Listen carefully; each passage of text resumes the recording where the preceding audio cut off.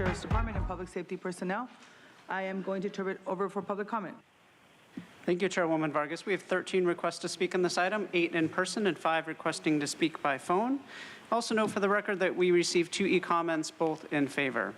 Any members of the public that requested to speak on item 12 by phone, please dial into the conference line using the instructions that were provided to you. We'll begin with the in-person speakers, starting with those in favor of this item. As your name is called, please come forward and stand against the east wall under the murals until it is your turn to speak. I'd like to invite forward Marcel Sanchez, Ray Wood, Stephanie Sherman, and Mike Odine. If I've called your name, please come forward. You'll have 2 minutes to address the board, and I'll ask you to please state your name for the audio record.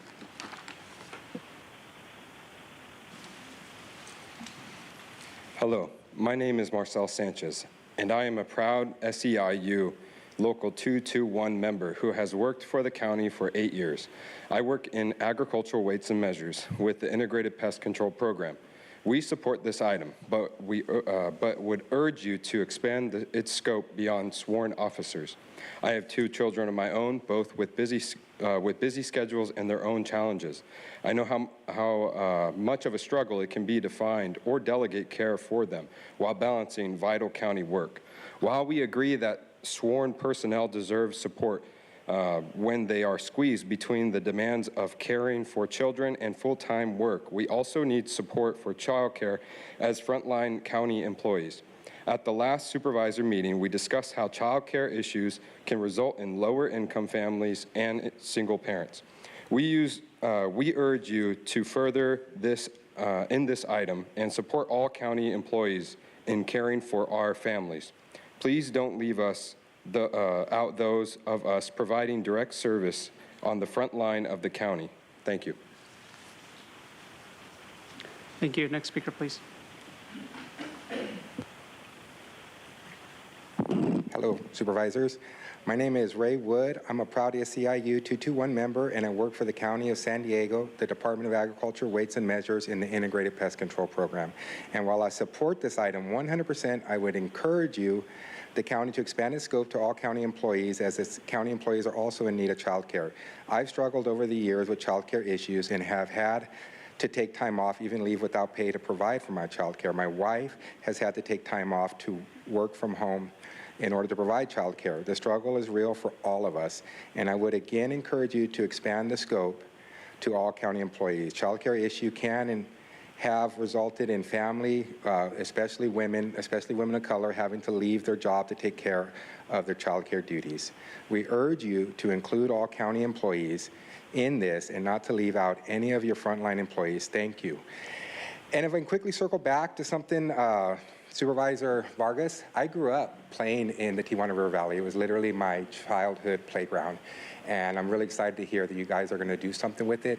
I was there in '93 when the floods took the River Valley out to sea, and it took out the Little League, Southwest Little League, and my father, worked with the county, city, local high schools, and the Padres to keep Southwest Little League alive. And it's there again to this day. So I encourage you guys to keep building up my childhood playground. Thank you. Next speaker, please. Good morning, Chair Vargas and all supervisors. My name is Stephanie Sherman, and I'm a proud SEIU Local 221 member who has worked for the county for 6 years. I currently work for Behavioral Health Services as a mental health clinician.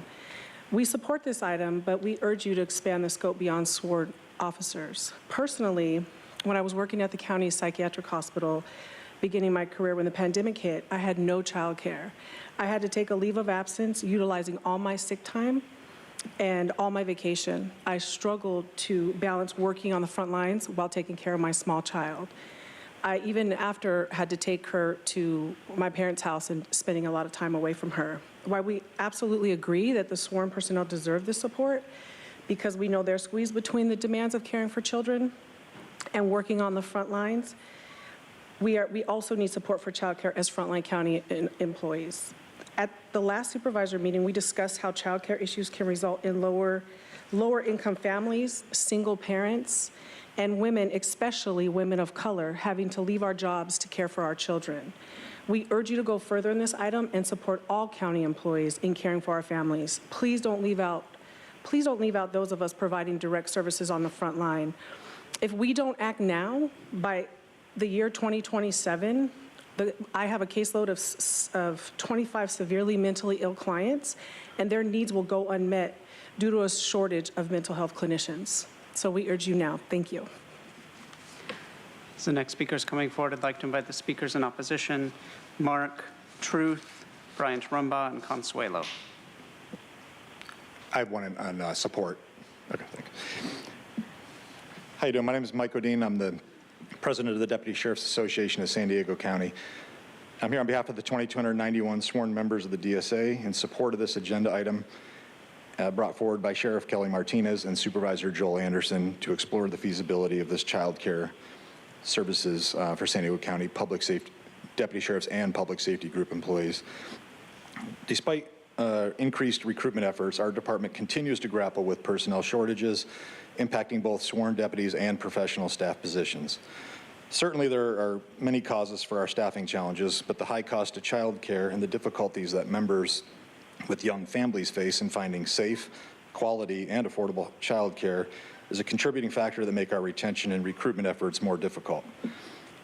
Deputies and public safety personnel work 24 hours a day, 7 days a week, weekends, holidays, and rotating shifts. Child care is especially difficult to find under these circumstances. The DSA urges a yes vote on this important agenda item. Thank you so much. Thank you. Next speaker, please. All right, still Brian Rumbaugh. So, I really want to talk real quickly about a couple of the agenda items previous. We heard a caller call in and talk about a Frederick Douglass quote. It is easier to build strong men than to build strong children than to fix broken men. See, I'm only human, Jim. I'm just like you, bud. But what I can say is we need to learn from that, okay? Obviously, childcare is important. And it's great hearing all the people that are also working for the county coming up here and saying that, hey, they also need to pretty much be allocated ARPA money for childcare. Is it not ARPA money, Jim? Tara Lawson-Remer, didn't it say 1.25 million as her recommendation? I know it comes out of the general fund first. Maybe that's the expansion? You're not sure? Okay. I'm not trying to call you out or correct you. I'm just going off of what I read, man. Okay, to build strong children than to fix broken men. Okay, we need to understand that, yeah, you look at Main Street, you look at what's going on there. Even these people that are county employees, even their neighbors who aren't county employees are suffering the same way. Okay, we're getting money printed. We're all living in essentially, it's an inverted world at this point, guys. We got to fix it. We need to stop this attack on the nuclear family. We need to care for our kids. We need to create a system where we don't have broken adults. Because you try to fix a broken adult, good luck there.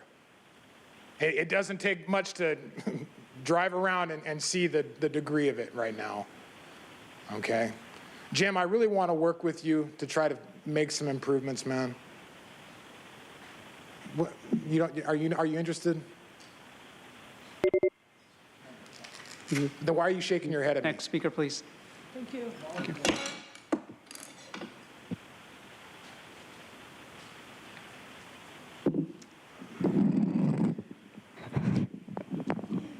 All right, sorry, it's just truth. I think the gavel might have broken. That cracked me up, sorry. All right, everyone everywhere knows why the Sheriff's Department continues to suffer from low recruitment and retention numbers. One, the lockdown era you supervisors implemented made everyone not want to work. Two, the demand of the world's deadliest clout shot by you supervisors made everyone want to quit. Three, they not only quit, they moved the heck out of California. Four, the mandatory overtime you guys created forced people out. 5, you supervisors have done things like take $1 million of benefits away from the Sheriff's Department. And 6, bad leadership under multiple generations of sheriffs acting as county minions rather than as real sheriffs with independent authority. Bill Gore, Tony Ray, and now Kelly Martinez, none of which seem to have any knowledge at all of the Constitution for the United States of America, which of course, none of them actually swear allegiance to if you listen closely during their swear-ins. Kelly didn't even know where inmates would be kept during renovations at the Vista Detention Facility. She seems to be eager on money, but inept at inmate care. And so losing 20 deputies a month is an embarrassing reflection of the horrible job you guys have all been doing. Hiring incentives are not going to bring anyone but greedy people who still will struggle to afford to live here and won't help with retention. And an online platform for deputies to find child care services is a pretty pathetic offering. Overall, I'm not impressed at all by these measly $250,000 offerings to potential sheriff's deputies, while people not from this country get millions and millions. And it's sad that you guys refuse to address the root causes of problems. You actually perpetuate the status quo, Joel. In fact, you're actually part of the problem. I look back to my years in the state legislature, and just in the last 15 years, our state budget more than tripled, and yet our roads aren't improved, our schools aren't fully funded. For 12 straight years I was up there, and perhaps I was part of the problem. Yes, and Jim, you should know who Andrew Strong is and where he works. Come on, even I knew that one. Thank you. Thank you. Next speaker, please.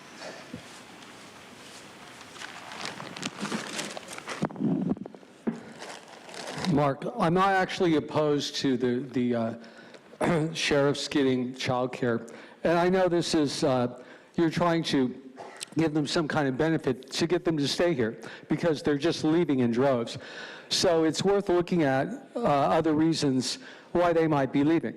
Although they're really just blackmailed. I mean, even if they didn't like everything that they were enforcing, they have families, they have careers that they're years or decades into. So it's very hard for them to stop doing their job, even if they completely disagree with what they're being told to do. And some of those things, inflation, of course, has never been stopped or even spoken about, which is no leadership on your part. The Supreme Court's just stated that Texas can't succeed. Supposedly, that's an argument of the Democratic Party. If you do that, that means basically you're saying that a state can be completely enslaved, and no matter what you do to them, no matter how much they don't want to be a part of your system, they can't leave of their own accord. The other states have to vote about whether they can leave. Well, the whole idea of America is sovereignty, both individual sovereignty, state sovereignty, and our country's sovereignty. So that's just absurd. But that's the position of the Democratic Party now. And by the way, I'm not right or left. And Rosa Corey, the video I was showing people earlier, she's a Democrat. Her organization was Democrats Against Agenda 21. So don't think that this is a partisan issue. We can't sue vaccine companies. They're held, corporations are held harmless. Totally absurd. Just derails the whole idea of any kind of justice. And the fact that you guys passed something saying landlords can't get tenants to leave, can't evict them to repair their property, so they won't be able to pay their property tax in the year. I'm sure you'll like that when you take their property. Thank you. Next speaker, please. Such a scam. Land grabs. And I'm not against this either. Swallow. Can't keep deputies. That's what's happening. Look what they're doing. They will pay for those to raise. They will pay for others to raise your children instead of you raising your own child. That's how government works. It doesn't. You know why government doesn't want you raising your own children? Because they fear us. They fear you being awake. They fear you waking up others. They fear you being armed. They fear you speaking up. They fear you speaking out. They fear you standing up, resisting, rebelling, revolting, coordinating. They fear you organizing. They fear you banding together. They fear you standing together. They fear us won't comply. They fear you realizing you don't need them. They fear you realizing you have the power. They fear you using that power. They fear you realizing that you are the majority. They fear you. They continue to keep you under control as they promote scarcity while we live in abundance. Stop perpetuating the same system that keeps you down. You want change again in our country, county, and world, and stop acknowledging these perpetrator puppets as leaders. Stop begging them. Start creating This system is done over kaput, as I mentioned. Majority of people can't face the fact that government isn't here to help them. And you know who really can't face that fact? The ones sitting on the dais. Yeah, slavery never ended. It just transferred to every culture, regardless of the amount of melanin on one's skin, in one's skin. Thank you. We'll now hear from the individuals that requested to speak by phone. We'll start with our first caller.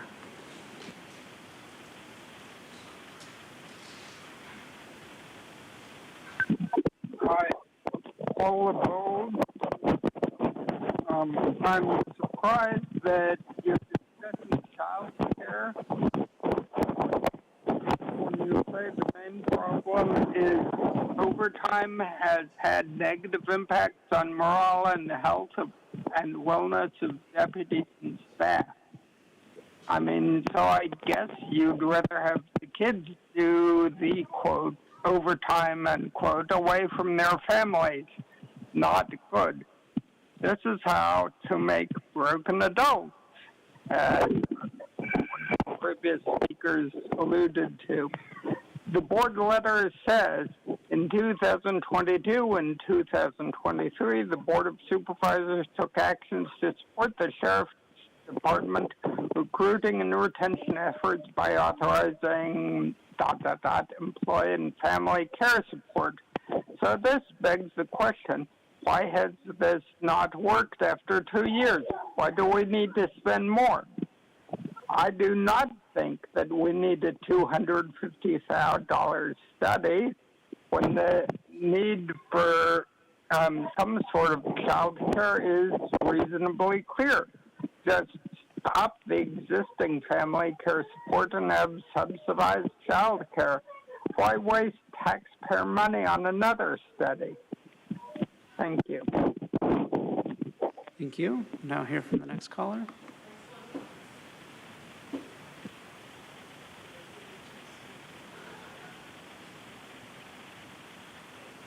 Yeah, it's sad because we're working to keep the family unit separated as opposed to working to make sure that the parents can raise their children and not put them in the hands of others who are going to indoctrinate them and possibly, sexually abuse or, traffic them. You never know. And people that don't even acknowledge that trafficking is going on around us shouldn't be engaged with any kind of children because they are being trafficked across the border. But there's a reason why you're losing 20 deputies a month, and it isn't due to mandatory overtime. That came forward because you guys got rid of all of the good sheriffs who wanted to stand their ground and not be injected with a bioweapon that was potentially going to kill them or maim them for life. And, we don't even need to be, what's with this study? It's like you guys always want to do a study to see how it's going to work. Instead, you should be spending that money to make sure these kids can stay with their parents and not be taken away from them and put into some kind of daycare so that they can do the job and the bidding of you guys. And you're not going to ever acknowledge why this is happening, and you're the reason why it happens. And I'm just wondering, how many illegals are you going to hire because they'll take the job, right? And they'll probably do it for less and work as much as you need them to. And then you're just going to be providing them with more things that they shouldn't be engaging in, which is treason. We shouldn't be allowing these illegals to be hired into the police or the sheriff's department or the military, but they are. And so it's a wonder how many you're going to let in there, right? Because if we don't have enough deputies here, you got plenty of illegals that can join, right? And they're going to really protect the people in the United States from all, any kind of domestic terrorism or whatever, right? Because we're the terrorists. It's not, the invasion that's happening. But anything that Kelly wants to do with children, I just think people should run far away as possible because you're just going to be putting children in danger by taking them away from their parents. So, yeah, you should be working more towards keeping the family unit together. But that's not the goal, right? Because if you have a strong family unit, you guys can't be doing the things you're doing. You can't be indoctrinating children. For the record, that speaker was Audra. We'll now hear from the next caller.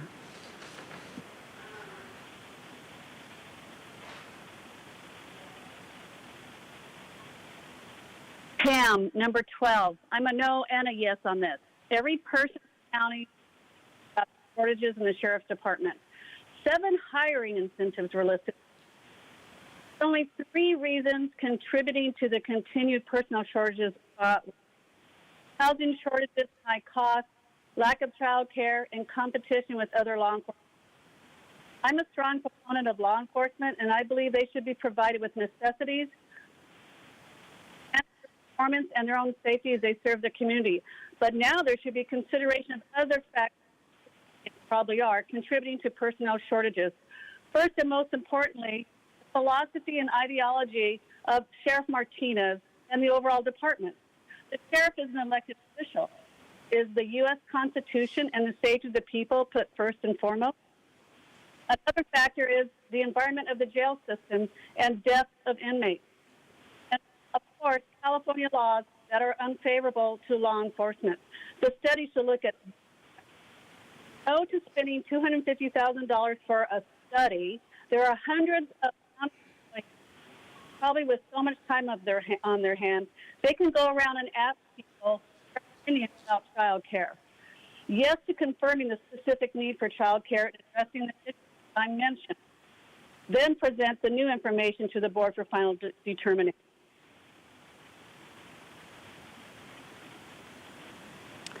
Thank you. We'll now hear from the next caller.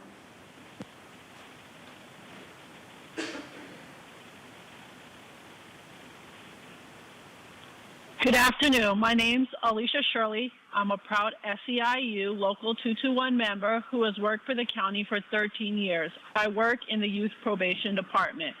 We support this item, but would urge you to expand its scope beyond sworn officers to include all public safety personnel and county employees. Record numbers of personnel are leaving their positions, and child care is among the reasons.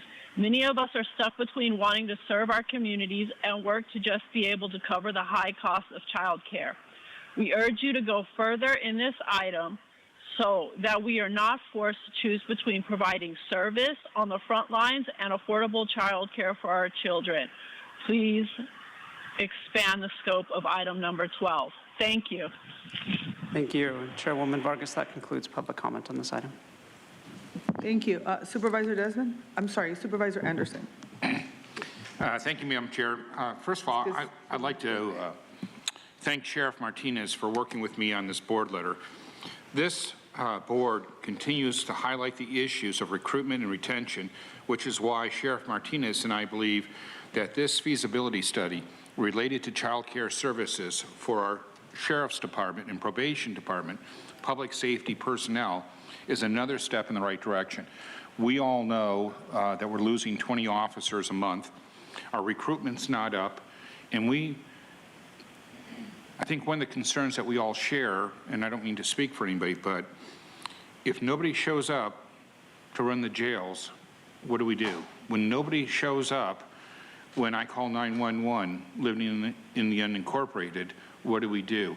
There's a tremendous liability that we're looking at moving forward. And while we're talking about higher service levels to prohibit deaths in our jails and better quality officers on our lines, these all things that we need to look at everything on the table to retain the best folks and also attract the best folks to represent us.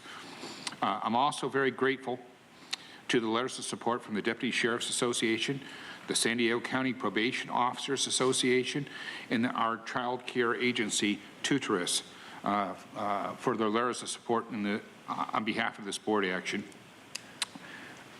I haven't done this before, so I'm hoping I'm not out of line, but Sheriff Martinez isn't here. However, Assistant Sheriff Nevins is here.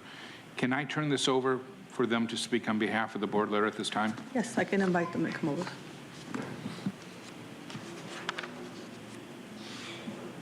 Thank you. Good afternoon to the board. My name is Brian Nevins, and I'm the Assistant Sheriff for the Human Resources, Sheriff's Department of Human Resources. And I know the Sheriff wanted me to convey her thank you for bringing this forward and for her support in this, Supervisor Anderson, so thank you very much. We're also especially appreciative to the entire board as you have consistently supported the many initiatives in an effort to recruit and retain some of the best and brightest to the Sheriff's Department. Today we come before you with a proposal to initiate a study to explore the feasibility of offering subsidized child care services for all Sheriff's Department employees. In July of 23, as you mentioned earlier in your proclamation, we contracted with Tutris. Tutris is an app that connects vetted child care providers with parents and guardians based on their location-specific needs. Since then, over 200 personnel have signed up to take care of this take care of this service. When looking at a region, most public safety departments occupy a single building in a confined geographical area. Understandably, under these conditions, it would make a sponsored child care facility sensible and convenient for their employees.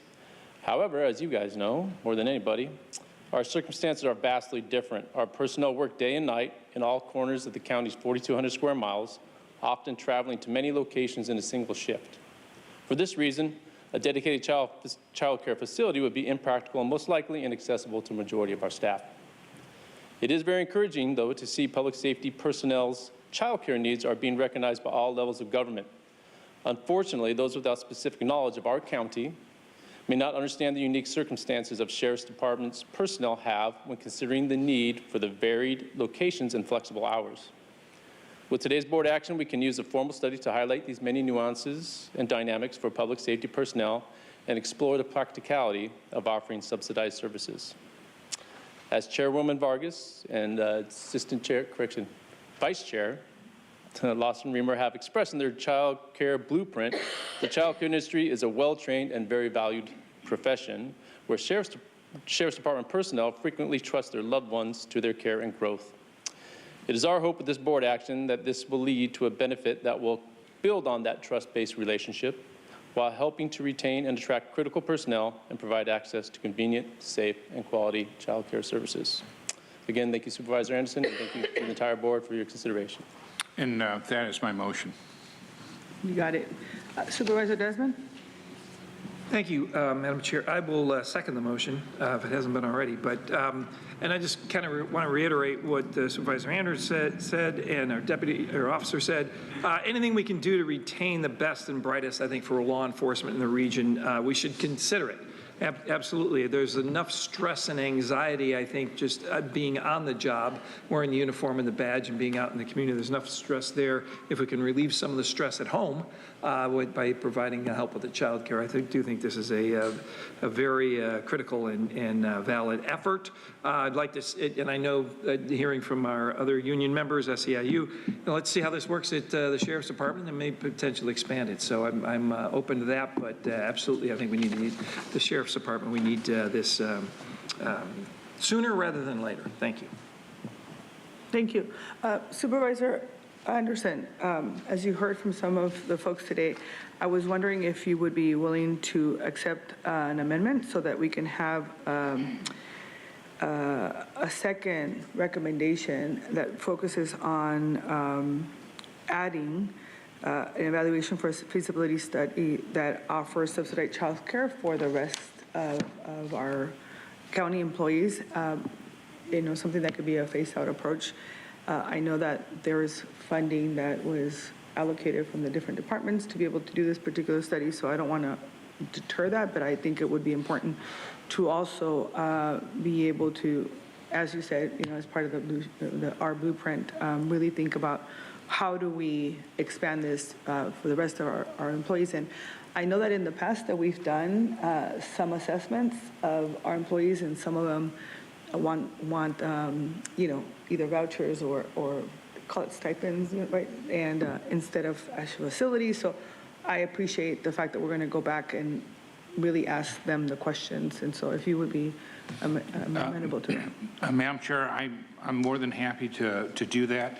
I think that we could go about this with a new board letter addressing that, or would you prefer to have like a phase 1, phase 2 in this?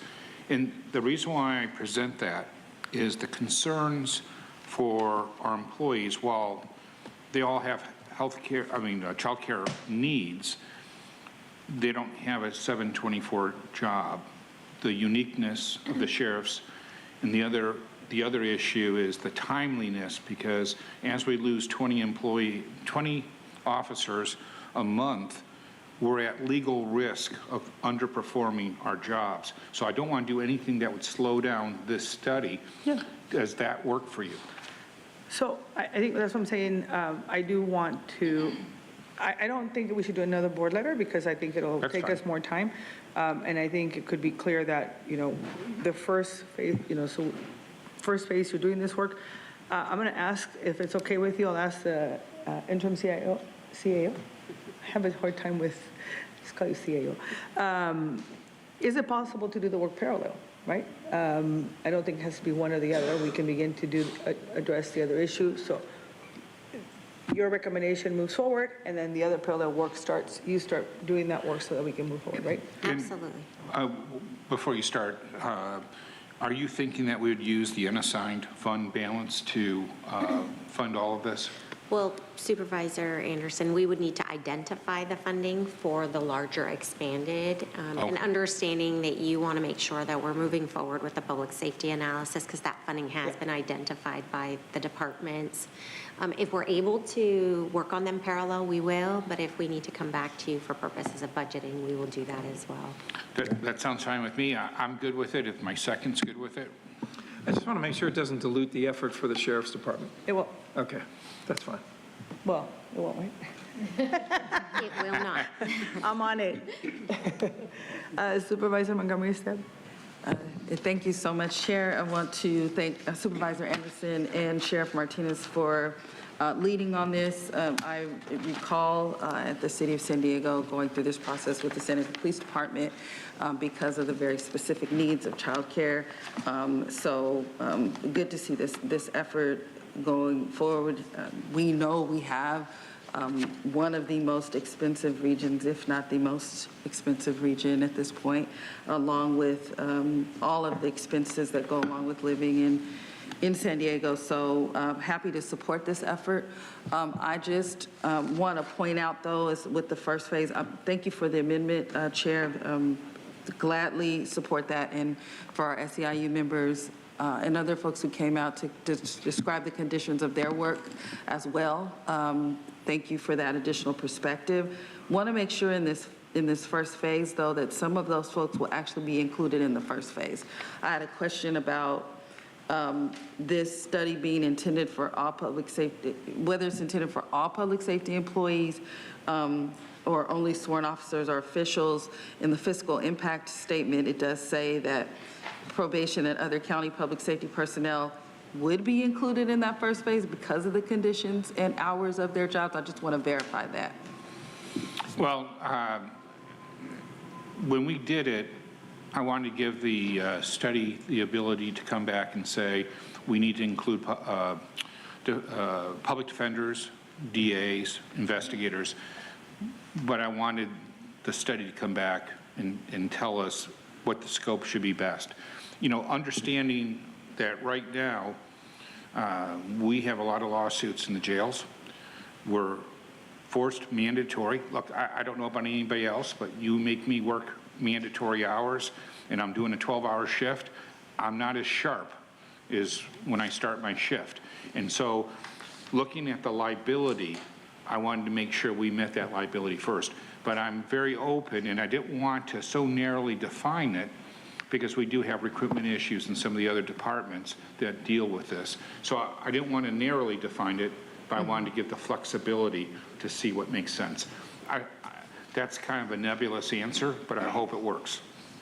It works. I think, and again, the report does say, I just want to make sure that we're acknowledging a lot of the public safety personnel that may not necessarily be in the Sheriff's Department that have those types of hours that make it harder for them to get child care on their own too. So I'm supportive of the item. Thank you very much. Thank you. All right, Vice Chair Lawson. Sure. First of all, I just want to thank the sheriff for acknowledging that this is such an important challenge that you face. I think it's not only about recruitment of the kind of the existing pool of potential candidates, but it's also about diversity. You're much more likely to get women in a force when you have some childcare available. We do know that one of the biggest challenges of women coming back to the work after the pandemic has been the lack of affordable, accessible childcare. So I thank you. I thank my colleague for bringing this forward. And I appreciate the amendment. I think that's very wise. Obviously, childcare is an issue that every single member of our county team faces who has a young kid. And it doesn't matter what job you do, you're struggling with that challenge. And I think it's really important that we look at what we can do as a county to do better. We know that the average cost of childcare in our region for kiddos under 5 is about $1,500 a month, which is insane. So I think we got to continue investing in this across the board for all of our county employees. So happy to support this today, and thank you for everyone who's done the hard work and the legwork of bringing this forward. All right, with that, we have a motion and a second. Please vote. Chairwoman Vargas, that motion passes unanimously with all supervisors being present and voting aye. Okay, the next item on the agenda is making the county, it's not fast enough, making county land available for emergency homeless shelter solutions. And I am going to turn it over to the public first. Thank you, Chairwoman Vargas. We have 32 requests to speak on this item, 15 in person, 17 requesting to speak by phone. Also note for the record that we received 37 e-comments, 12 in favor and 23 in opposition. Any members of the public that requested to speak on item 13 by phone, please dial in to the conference line using the instructions that were provided to you. We'll begin with the in-person speakers, starting with those in favor of this item. I'll be calling you in groups of 5, so I'll ask you to please listen for your name. As your name is called, please come forward and stand against the east wall under the murals until it is your turn to speak. I'd like to invite forward Dan Shea, Rachel Hayes, Richard Ciaba, Julie Porter, and Natalie Rashke. If I've called your name, please come forward. You'll have 2 minutes to address the board, and I'll ask you to please state your name for the audio record. You're welcome to come forward in any order if I've called your name. Good morning, afternoon, board. I'm Rachel Hayes. I work with Lived Experience Advisors, and I approve of this. But what about the here and now? I also volunteer at Living Water Church Nazarene downtown at their inclement weather shelter, and we've been open. I've been working every other night since the storms, 12-hour shifts. We need to do something here and now, not just in the future for these people. We only accommodate 28 people, and thank God there's that emergency gym, because that's where we're putting people. That was not announced, that I happened to find on Twitter. So what about here and now? What can we do for the people here and now that are suffering, that are homeless, and their homes are being destroyed? There's nothing right now in the future that's there. Thank you. Thank you. Next speaker, please. Hello. Richard Ciaba, Lived Experience Advisors. I'm here in support of agenda item number 13. Ms. Tara Lawson-Reamer, you're making county land available for emergency homeless shelter solutions. I think it's a great plan. Looking at the 5 properties that cover across San Diego, Escondido, Colina Park, Grantville, Little Italy, and stuff like that. I know a lot of these places are in plans of development for your guys' 5-year strategic plan from now until 2029. So a lot of those places have, construction that needs to be done, groundbreaking needs to be done, and what have you not. So in the meantime, I think it is great to try to utilize those lands, not limited to those lands, mind you, but just the ones that are listed right there for emergency shelter for homeless. It's easy to put up like a pop-up and maybe a breakdown on some of these concrete slab areas that we have listed on this agenda, but also encourage to look beyond those 5 places that have been strategically placed, but also look for more land that could be utilized. Specifically, I'm referring to more like the South Bay area, maybe like Chula Vista, kind of like a need over there for some people to have emergency housing and stuff like that for homeless people. So, like I said, I'm here in support of this act. So I think it's a really good effort into the right direction, and yeah, thank you. Thank you. As the next speaker is coming forward, I'd like to invite the remaining speakers in favor, John Brady and Jason Ritchie. Call your name, please come forward. Hi, Natalie Rashke with Lived Experience Advisors. Yesterday, a state of emergency was put in place for the weather. We need to put a state of emergency in place for the unhoused. As a mother of 4 who's experienced homelessness, it's extremely important that you understand what a child endures during the time they are unhoused. I am just now, a year later of being housed, touching the surface of my children's trauma that came from 2.5 years living on the streets. This school year, I pulled them from the San Diego School District to homeschool them. They went from A to B students to D and F students. A piece of paper with a letter on it that we put value on to represent a child's performance. That can literally affect how they view themselves. And then add on to being homeless and being graded on your performance. It's detrimental and damaging to all aspects of their future. I will tell you what I told my children. You are not failing, the system is failing them. It's reported that 8,362 children in the San Diego School District are considered homeless. That's the accounted for. I'm sure there's some children that are unaccounted for.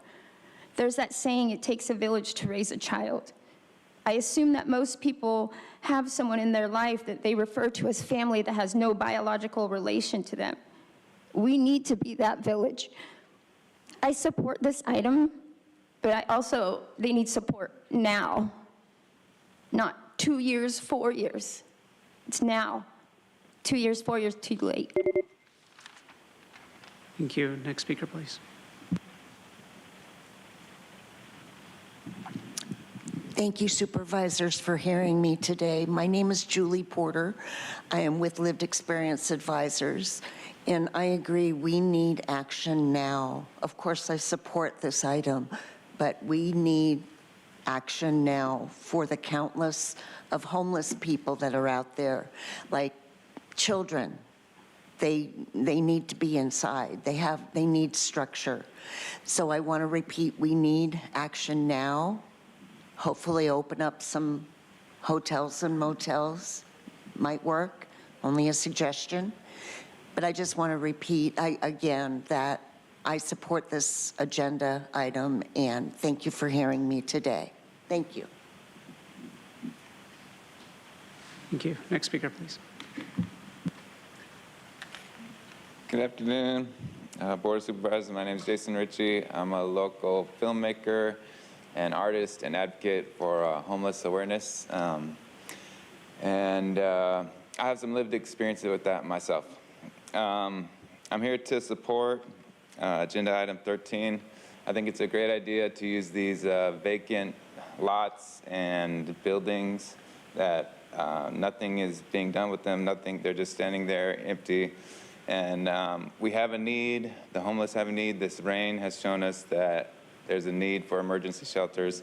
And I think we can use these properties to build those shelters and give some more support to our homeless. I think it's important to note that the fastest growing population amongst the homeless is the elderly.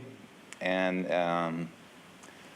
yeah, it's scary to think, I like to think myself as still young, but it's scary to think that if I got older, you know, the cost of living, being on a fixed income, medical expenses, how anything like that could just put me on the street. And I think that those people still need to be taken care of and supported by our community.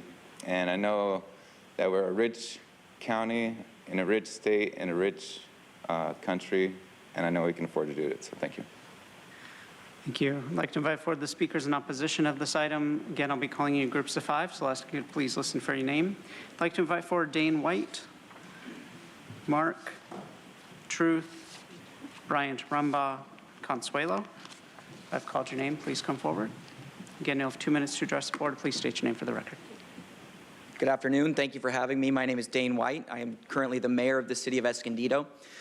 I was a little appalled last week to find out that this proposal to put a homeless shelter in our downtown business district without even consulting the local leaders in that area. This is our downtown business district. It's meant for business. A district where we are already struggling with a homeless population and having issues attracting and retaining new businesses. Over the last year, let me backtrack. In February, I created a homeless subcommittee for the purpose of finding solutions specifically for this problem.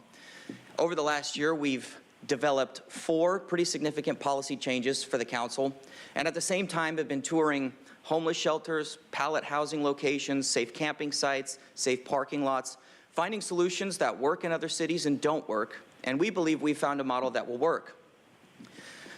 I am not opposed, we are not opposed to homeless shelters. In fact, the policies that we plan on addressing this month are wholly inadequate without proper shelter space. We are already working on a plan to have a permanent shelter in the city of Escondido. While I oppose this specific site, we would propose being partners on a permanent shelter on city property in another more appropriate location. We would love to have you as a partner, and as partners, we need to communicate plans, especially when none of you live in our city. Again, we want to be partners with you. Work with us. Our plan is to house at least 150 homeless over the next year in a more permanent and more appropriate location. Thank you. Thank you. Next speaker, please. Truth, what I got out of the building partnerships referenced in this item, Tara, is that you're saying that Mark Dorian was right all along. It's basically a copy of his idea of 3D printing a bunch of tiny home shelters for people in need, just for the record. It's important to know that behavioral health service is not the same as substance abuse treatment centers. And the county partnering with the city of San Diego to set up the over $1.2 million Rosecrans shelter is another example of the city of San Diego engaged in criminal negligence and having the whole county financially bail them out of their self-created failures. Well, this is actually kind of crazy thing to take sites that are planned for housing and temporarily use them for shelters. It sounds decent in concept, but in execution. What happens when construction time comes? Where will those in the temporary shelter go? And they'll have to leave earlier than construction time because that area would have to be cleaned up again in order to be prepped for construction. But what happens if the property ends up getting destroyed from being used as shelters? Would the developer be reimbursed for damages? Would the county be seeking their consent? Would this temporary shelter use deter developers from building the expensive, affordable, sustainable slate gray stack and packs? And the most important question is, were any of these neighborhoods asked ahead of time if this is a use they find acceptable? And obviously Dane White just confirmed no. Beach Street and Kettner could definitely cause more issues for the neighborhood. There's already occasionally bad scenes that tourists have to be subjected to in Little Italy. Obviously Frida's Street Tacos in Escondido was not consulted. The Mission Gorge Road location, Grantville, has already been destroyed with hideous stack and packs along with a buyout of almost every business in the area. Still, was S3 Coffee or Trinity Place stack and packs consulted? The University Avenue location makes the most sense since HHSA is already there on site. But what's sad is this neighborhood really needs positive investments, like fixing the storm infrastructure, cracked sidewalks, or potholed streets instead. I also question, why was there no area in the South Bay considered? So much for equity. Next speaker, please. All right, still Brian Rumbaugh. So, first off, those 5 or 6 people that spoke about pretty much supporting this item, I think that they did a great job. We obviously have a lot of things to fix. We obviously have a homeless epidemic, amongst many other things. What I would like to do is actually obviously we need to figure out the short-term cure and to stop the bleeding. But we also need leadership, and we really kind of need to recognize that an ounce of prevention is worth a pound of cure at the end of the day, okay? What needs to happen is this. We need our citizenry to create essentially a mechanism for themselves, a resource where you guys run your political campaigns from. It's going to allow you to be a responsive government. It's going to build the strong men as opposed to the weak individuals that we've got broken adults at this point in the game. The Frederick Douglass quote, okay, that's what I'm getting at, okay? That resource is going to literally provide a boilerplate for every Republican government in our country and really across this world. Okay, we need to create an engaged society, because an engaged society would nip all these problems in the bud. You're going to have to get rid of, or it's going to save a ton of money for the taxpayer. I know you're fiscally conservative, which I appreciate, Jim. Is that correct? Yeah, it is. I mean, and most people that are, you know, let's just say on the Republican side of this red-blue paradigm, you know what I'm saying? They just enjoy whatever it's going to take to keep those interest rates low and keep that economic can being kicked down the road. I'm asking you to not do that. Okay, we need to recognize the position that we're in. Didn't make sense? Thank you. Thank you. Your time is up. Next speaker, please. As the next speaker is coming forward, I'd like to invite the remaining speakers in opposition: Michael Brando, Judy Fitzgerald, and Carissa Stark. Consuelo. I warned my neighbors when the county went to Bonita to discuss the homelessness issue that they weren't there to discuss along with us. They were there to check the temperament of how our community would receive their crap. Not the homeless are crap, but their crap. They saw the opposition, and that's why Bonita is not on the list. Here comes the broken record now. Homelessness is lucrative. There have been programs in the past, I've mentioned this several times now, that have worked. Whatever happened to Project 25? It had not a 50% success rate, not a 90% either, but it had a 100% success rate. What happened? I'll tell you. They were defunded because the system doesn't want a successful society. They don't really want an engaged citizen, people involved with helping one another to success. They need us entirely broken and dependent on them. Pay attention, look around. No need to look far either. These local corrupt politicians are not in any way here to serve the people. It's their policies that have brought us all these issues. Stay engaged, don't just come to beg government.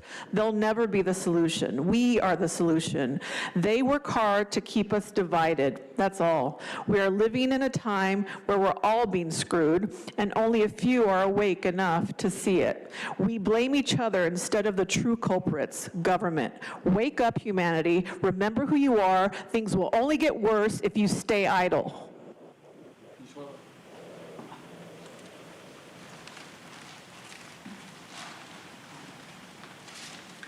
Next speaker, please.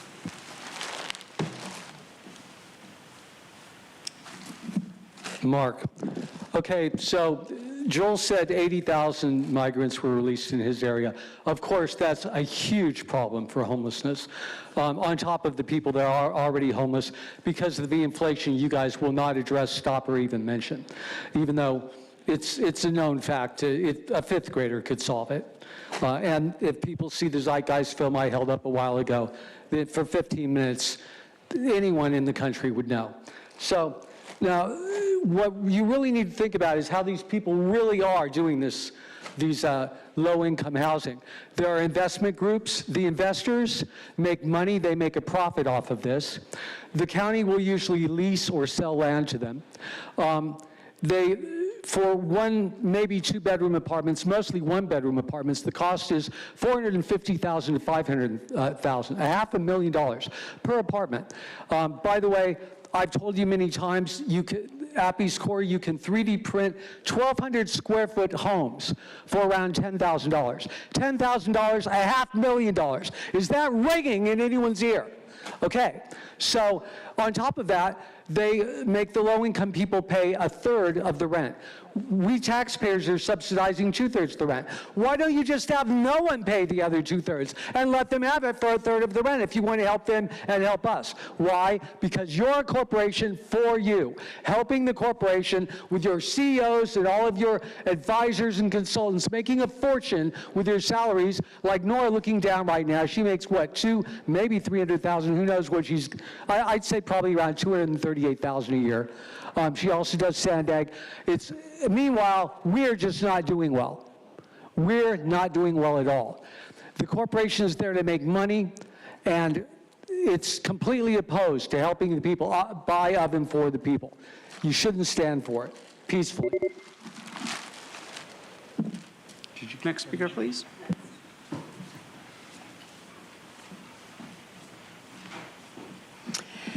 Thank you. My name's Judy. I'm a resident of Escondido for 37 years with a law enforcement background. I am a mother, business owner, and on the Planning Commission. Supervisor Tara Lawson-Remer, whatever happened to for the people, by the people? What happened to allowing the people to be a part of the decision-making process? The people of Escondido were blindsided, and our supervisor, Jim Desmond, and Mayor Dane White were not giving notice and an opportunity to ask community for their input. I'm asking the board for a continuation on this matter, allowing the people time to participate in this process. This is a political version of NIMBY, not in my backyard. You want it? Just not in your backyard. So you'll force it into ours without considering how our community is already struggling with homelessness and the issues that comes with it. This is a Band-Aid solution to a deeper rooted issue around mental illness and drug addiction. Providing food and shelter, then sending them back out to the streets during the day to commit crimes to support their habits, and the mentally ill to threaten people, including the destitute families that were previously represented by the speaker or the gal before this. There are programs to support families that are displaced and keep them out of harm's way, just not this one. I've seen this in Oceanside, and this program was tried in Oceanside. Crime rate increased, human trafficking increased, people from all over the country came in, people moved out, tourism went down, police were not able to respond to officers. Thank you. So thank you. Please.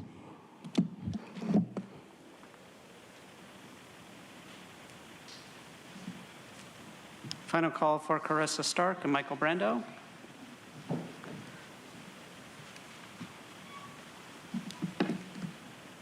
Good afternoon, supervisors. My name is Carissa Stark, and I'm a resident of Escondido. I have called Escondido home for 21 years. I've raised 5 children there. 1 graduated last year and works at a local Escondido shop, G&R Auto. They work on the local people of Escondido. My kids have gone through charter programs. They've graduated from Escondido Charter to attend there now. And I love my city. Our city is beautiful. Sorry, I got off topic because how much I love my city. Raising children in Escondido has been like a promised land for me. I never thought I could love a city more. They played soccer at Kit Carson. They did story times at the library. I'm a proud business owner myself. My husband and I are about to open a business on Grand Avenue, a Universal Modular. Get ready. I want to paint a picture. When you drive the streets of Escondido, you'll see signs that say, "Love Esco." Because those who call Escondido home, we love it. We love it. And that is why I'm standing before you. You all planned to be here and I did not. I got a call this morning at 7:30 making me aware, just like our supervisor was unaware, the city is unaware of what is happening and this decision that you are making on our behalf. During COVID, our city pulled together. Businesses rallied and supported each other. Tony Pepperoni welcomed all during the moment we needed community. If you wanted breakfast, you could enjoy it at Pega's. During the Black Lives Matters performance, our city nailed up businesses and stood together. Our mayor is making efforts to brighten our future. He has hosted countless events for small businesses. With the decisions being made, our city will be backing into a corner that will not be able to survive. Adding a migrant shelter isn't solving a problem, it's perpetuating it. We are currently in a homeless and mental illness crisis. Thank you. Your time is up. Thank you. We'll now hear from the individuals that requested to speak by phone. When it is your turn to speak, you'll be unmuted and you will hear a recording that will tell you to begin your comments after the beep. I'll remind the callers they should mute their TV or live video stream before they begin speaking. We'll start with our first caller.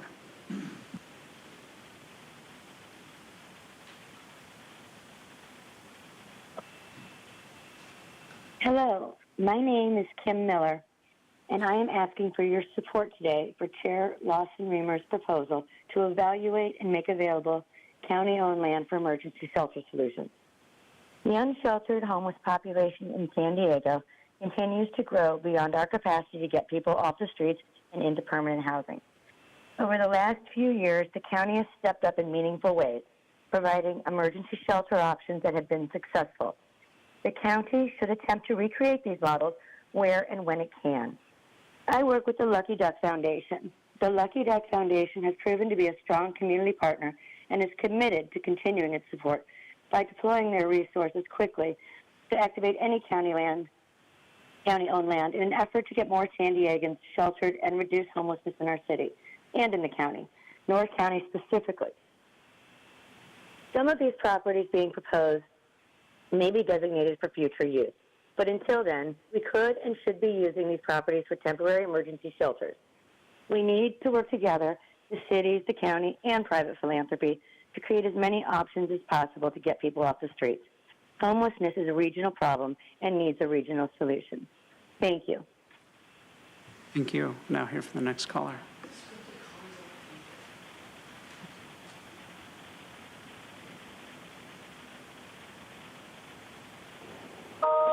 Good afternoon. Thank you for the opportunity to speak today. My name is Christian Garcia. I'm the Deputy Mayor of Escondido, President of our HOA, and most importantly, a father and a husband. Last week, I was made aware that the county is proposing using land in my city to construct a homeless shelter. Despite being a city and community leader, not one person from Supervisor Lawson Reamer's office reached out to me to create a partnership, raise awareness, or collaborate on this effort. Again, the county is looking to use Escondido as a dumping ground for pet projects without asking us what we need. You are inviting the entire region's homeless issues into my neighborhood. You are using the site of a working-class Latino neighborhood that invites crime, drug use, endangers children, and it will lower our property value. Why are you not putting this in Carlsbad, Del Mar, La Jolla, or Rancho Santa Fe? I think we know why. Supervisora Vargas, I'm going to address you directly. Es la responsabilidad de todos los supervisores a representar y ayudar a la comunidad latina. Sin embargo, usted debería de tener un poco más interés en esto, especialmente porque afecta a nuestra gente. Me da lástima saber que usted nunca nos ha llamado para saber lo que nuestra comunidad necesita y que nos hace falta. I'll direct the rest to everybody else. If the county supervisors choose to disregard the concerns of our community and city leaders, I ask that you at least partner with us to provide the necessary resources and provide in collaboration with us, and to work in collaboration with us. Stop telling our citizens, my community, to use our limited resources. It is not just unfair, but it will disproportionately hurt my community that already needs as much as possible with social services and resources. Thank you. Thank you. Now hear from the next caller.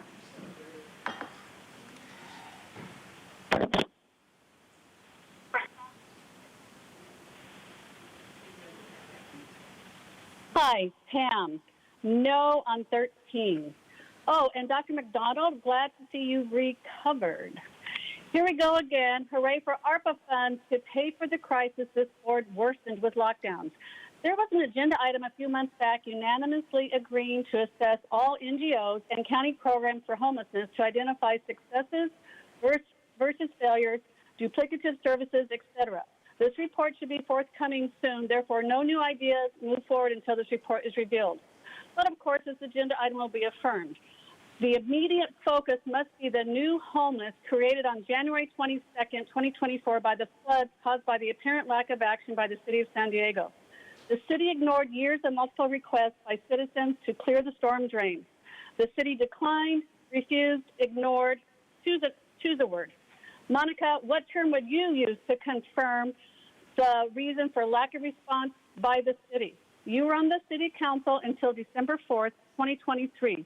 Your tenure would have covered the time period during which the storm drains could have been cleared. Recently on the local news, the COO of the City of San Diego reported and actually said the storm drains were cleared in a week, which would have taken a year had it been done previously. Was this an admission the storm drains could have been timely and effectively cleared, preventing the flood, resulting in a community being devastated and its residents left homeless? Any current or new homeless plan needs to be directed to and focused on the hundreds of families who are now victims of the failure of the government doing that for which they were elected, to serve the people. Help the newly homeless victims first, as they did not create their situation. Thank you. Now hear from the next caller.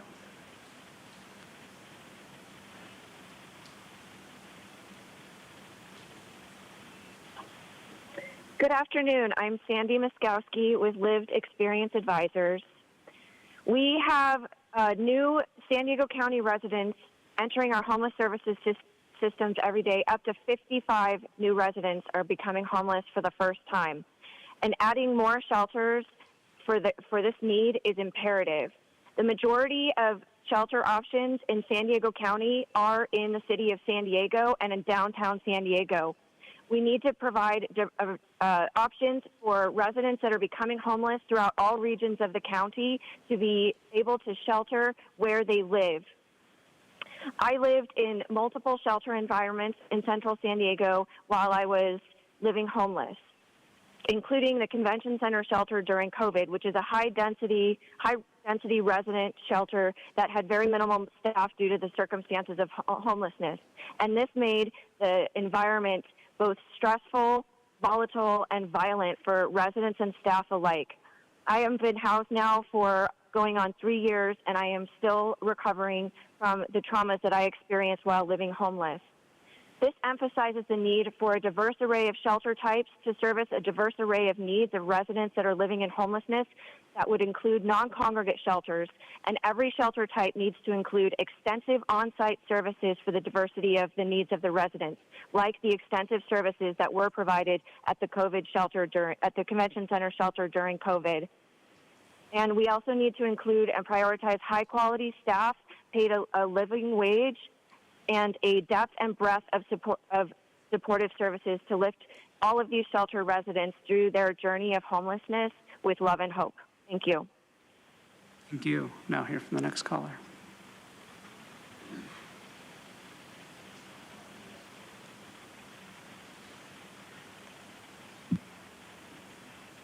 Good afternoon, Supervisors. My name is Jordan Bean with the Regional Task Force on Homelessness, and I'm calling to express our support for this item. Last year, we published an updated yearly inflow and outflow report related to homelessness experiences for the first time across the region, showing that for every 10 San Diegans who are housed, 16 experienced homelessness for the first time, up from 10 and 13 the previous year. So a major system strategy in our regional community action plan to prevent and end homelessness in San Diego is to increase the number of low-barrier, housing-focused shelter beds.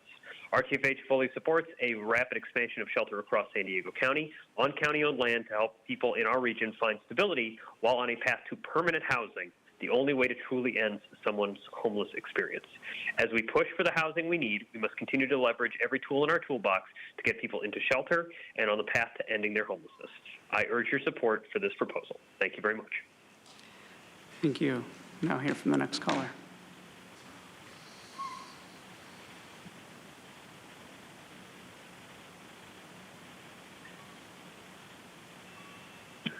Hello, my name is Barry Spear.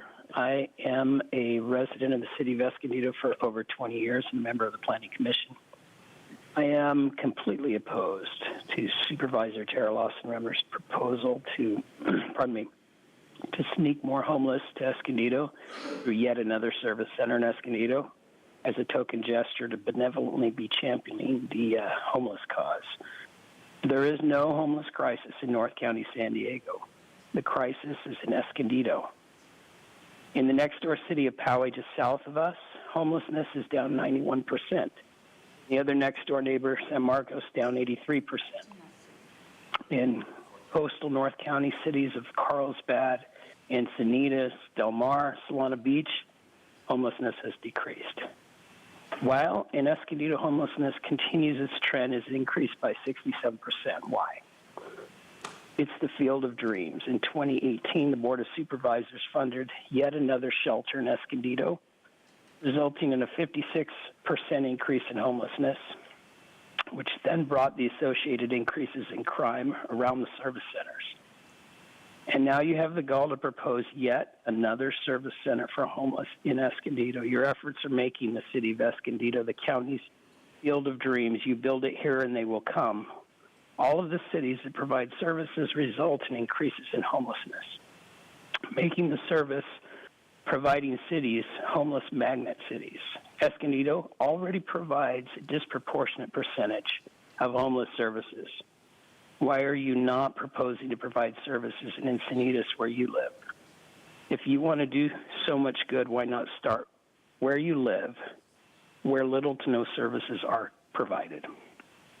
Stop dumping the county's homeless problems on Escondido to take the issue out of your neighborhood and focusing it all on ours. Thank you. Now hear from the next caller.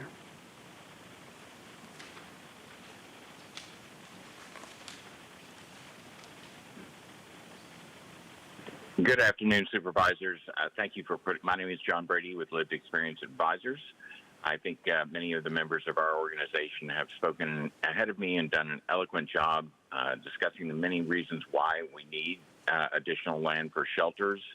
As you well know, our crisis continues to deepen. It's driven because of a housing affordability, something that is going to take some time to get a handle on and get under control as we continue to not build enough housing in the entire San Diego region on an annual basis. However, this is a step forward. Shelters are not a reduction in homelessness, but a reasonable place for people to be and survive. It is a tragedy, especially considering the last few days' rain. I can say that I was down there myself to speak in person today, but unfortunately cannot be there. However, that brief period in the rain and the wetness today reminded me of what it's like to live on our streets and what a tragedy it is for the thousands of people that are there today. Thank you for putting this forward. Thank you. Now hear from the next caller.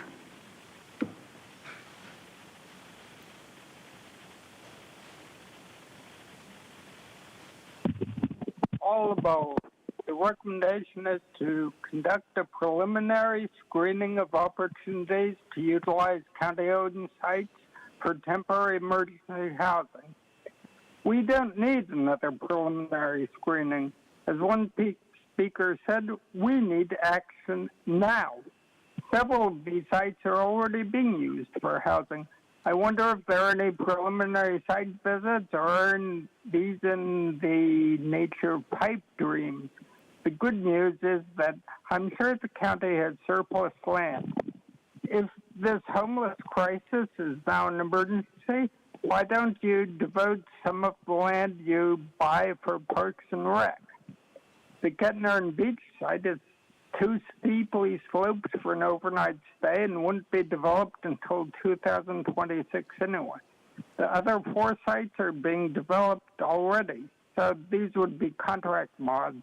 Why are they on the prelim screening list?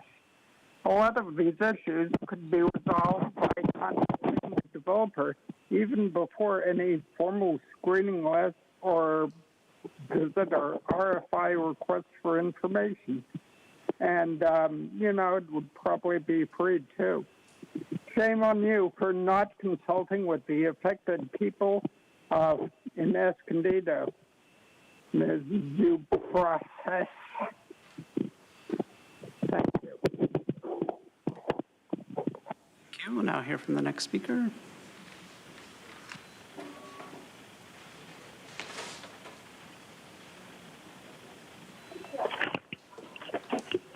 Oh my gosh.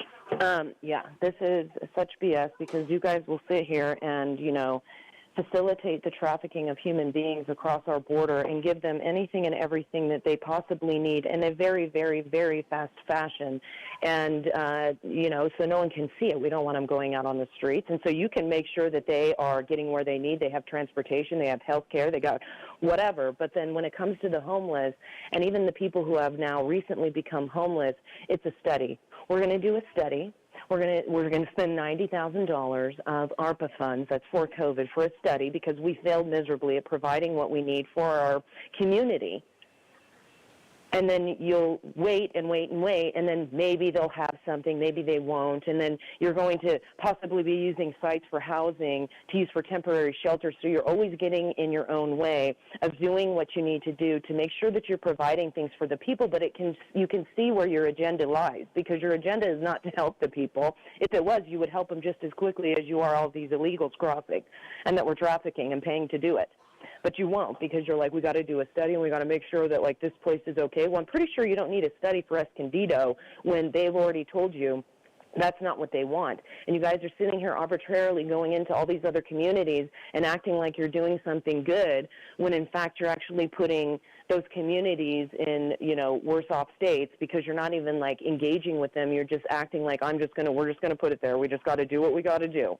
If you guys really cared, things would be different. If you really cared, we wouldn't be putting millions of dollars into the hands and pockets of all these other people pretending to offer up shelters and all of these things when the problem continues to get worse. And that's obvious. Because if we've had, and even if it's only 80,000, which I know that it's more, where are those 80,000 people that you've trafficked across the border and put somewhere else? Because it was pretty easy to give them help. It was pretty easy to get them out of the way so people don't see it. For the record, the speaker was Audra. We'll now hear from the next caller.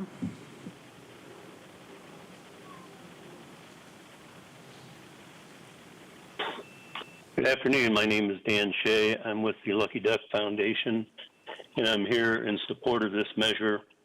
In 2016, Peter Seidler, myself, Stephanie, and Pat Kilkenny endeavored to study the issue of homelessness because we had given up on the city of San Diego doing anything within their boundaries. The streets of East Village were a sea of homeless tents. It was dirty, it was ugly, and we had everybody in the world trying to keep us from doing anything. But we devised a plan and began a different process, and people that might work, and people came out of the woodwork offering to help, even out of other communities, except in East Village. And why that's important is everybody in East Village said, NIMBY, NIMBY, NIMBY, never in our backyard, obviously. But we gave them a different way to think, an alternative, and that was, why don't we organize them in one place and provide services, medical and health services, navigation to a better life, food, services for their pets, and started moving people out of homelessness. And within a couple of months, East Village was cleaned up, all the tents were down.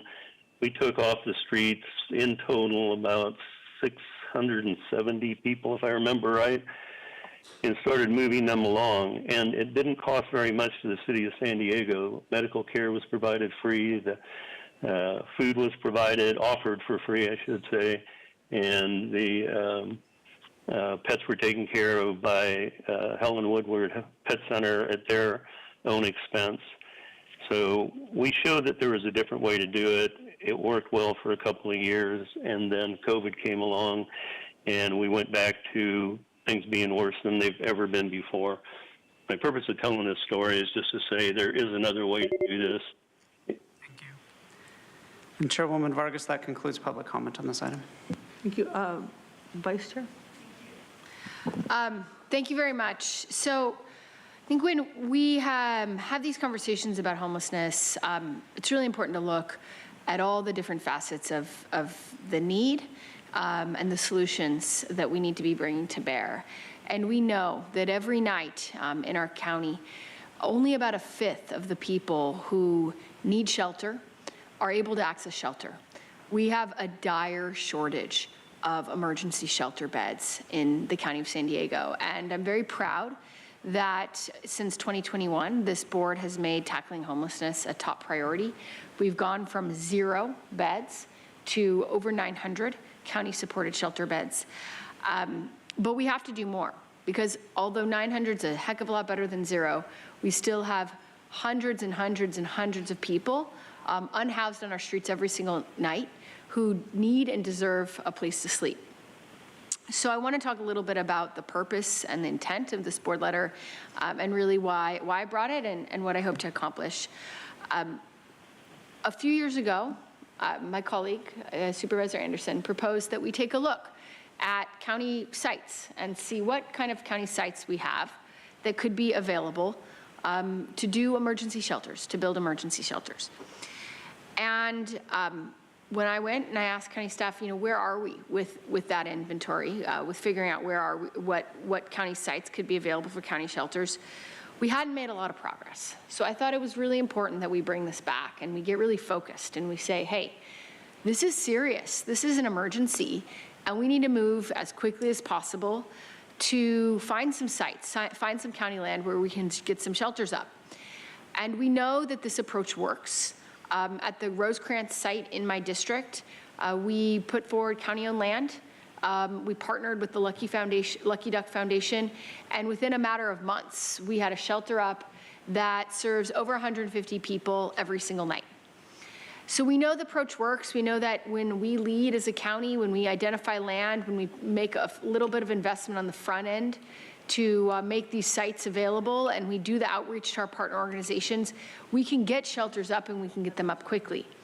I really appreciate the testimony of so many of our community partners, like the Lucky Duck Foundation, who is such a critical partner in that Rosecrans shelter, in support of this item today, because they have told me in dozens of conversations that if we can help identify the land, they can help bring along some of the other pieces of investments that we need to get shelters up, including sprung shelters, tiny sleeping cabins, and certainly the services that we would need to run these facilities. So that's really big picture.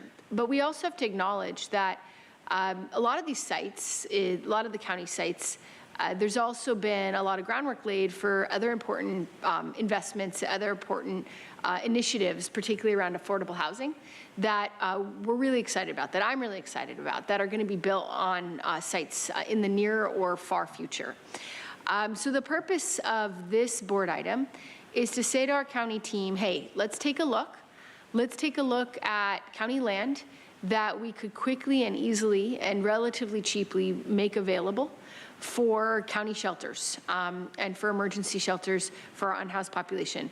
But we absolutely are not intending, and the board letter does not direct, that we would undermine or circumvent or in any way change the ultimate end use and the purpose for which these sites have been designated. I think that's really important. I think there's definitely been some confusion on the part of certainly a number of people who are testifying, sort of indicating that somehow we're changing the ultimate purpose of these sites. No. These sites are all moving forward with all sorts of great projects.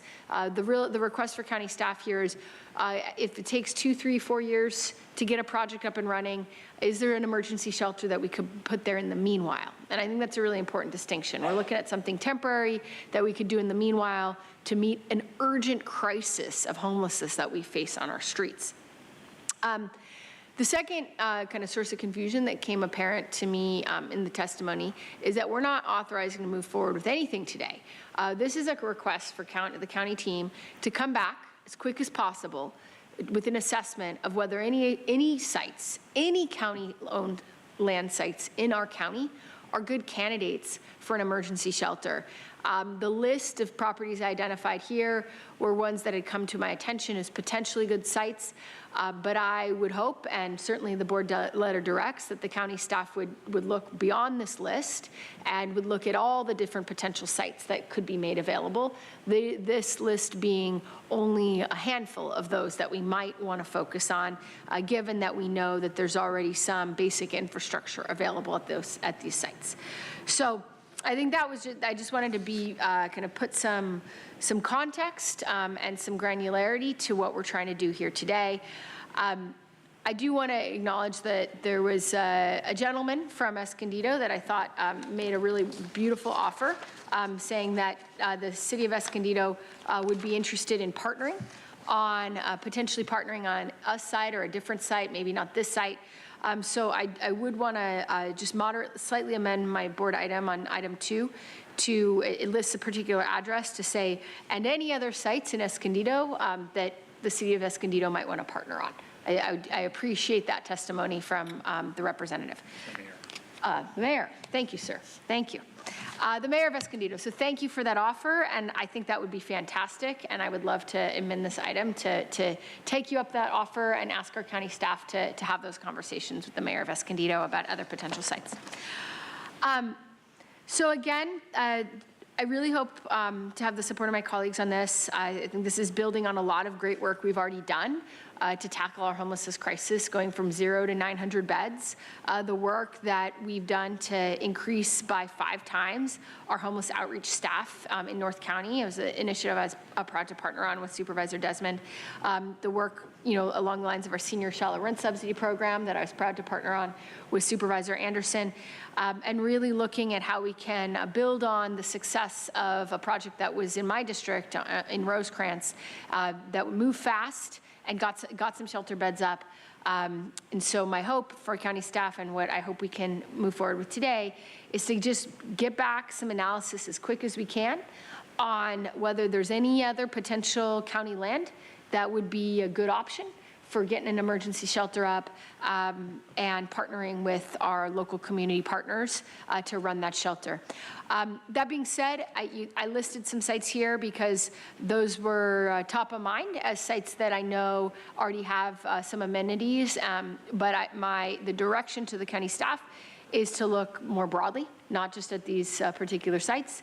And I would also welcome input and amendments from many of my colleagues regarding how to make this really work and how we can move as fast as we can to address the homelessness crisis. So thank you so much, and I hope, I'd like to make a motion. Okay. Supervisor Anderson. Thank you, Madam Chair. I appreciate the direction that you're headed. I did want to just point out a few things. I had the audacity to put on my campaign signs, fix homelessness. And from the moment I've been elected, my team has been working feverishly in my district. We asked the county, not just in a board letter, but we asked the county for all the properties in my district the county owns that could potentially do it. So we've done a lot of this work that you're proposing. We had various community meetings. I invited the whole city of El Cajon to meet with me to talk about how we're going to address homelessness. I went to the community of Lakeside. We had, I think, 500 people show up to my community meeting to share their thoughts with me. It was more their way, towards me. But, this is an education process. I had a community coffee in Santee, did one in Ramona, did one in Alpine. And each time addressing this issue, because I think it's really important that we address it in a meaningful way. I had the county do an MOU with all the cities in my district at the time, because I said this is a regional issue, not a single issue. We had a problem with Magnolia. It's a street that goes through multiple cities, and every time they'd enforce, the homeless would move into the unincorporated. Every time we enforced, they moved into the city.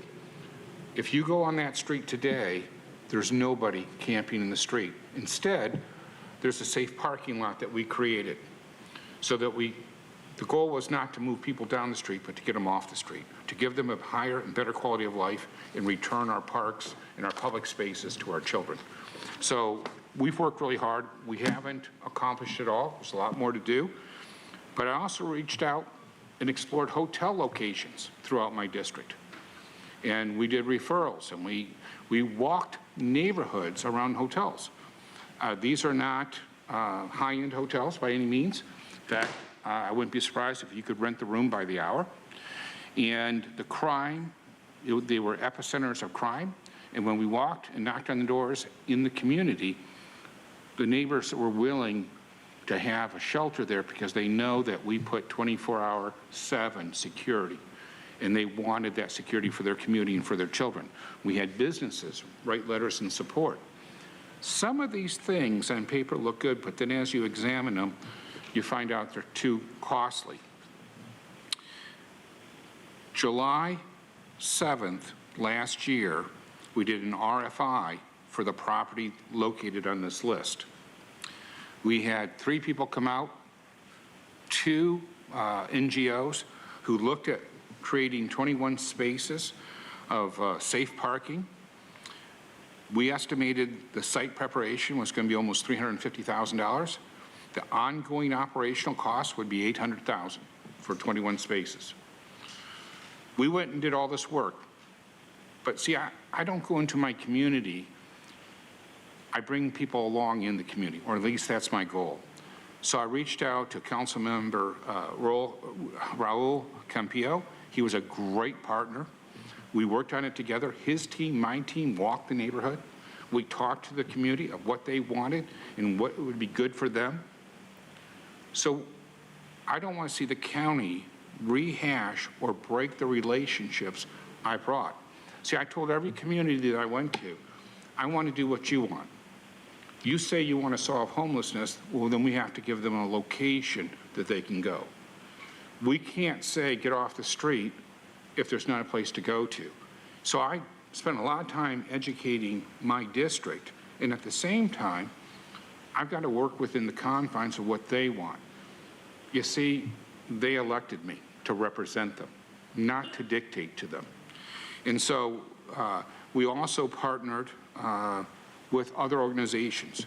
I reached out to churches. I've met with pastors. There's one church in El Cajon, not the unincorporated, that worked with the city to put 7 cabins on their parking lot. And I forgot how many women who were pregnant who've come through there, had their babies, and moved on.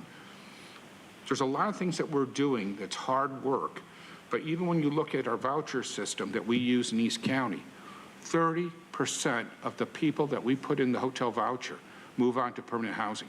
20% get kicked out for violating the rules, for committing a crime, for whatever it is. Remember, these are many times these are people that have a lot of issues in their life, and they're not perfect, as we all aren't.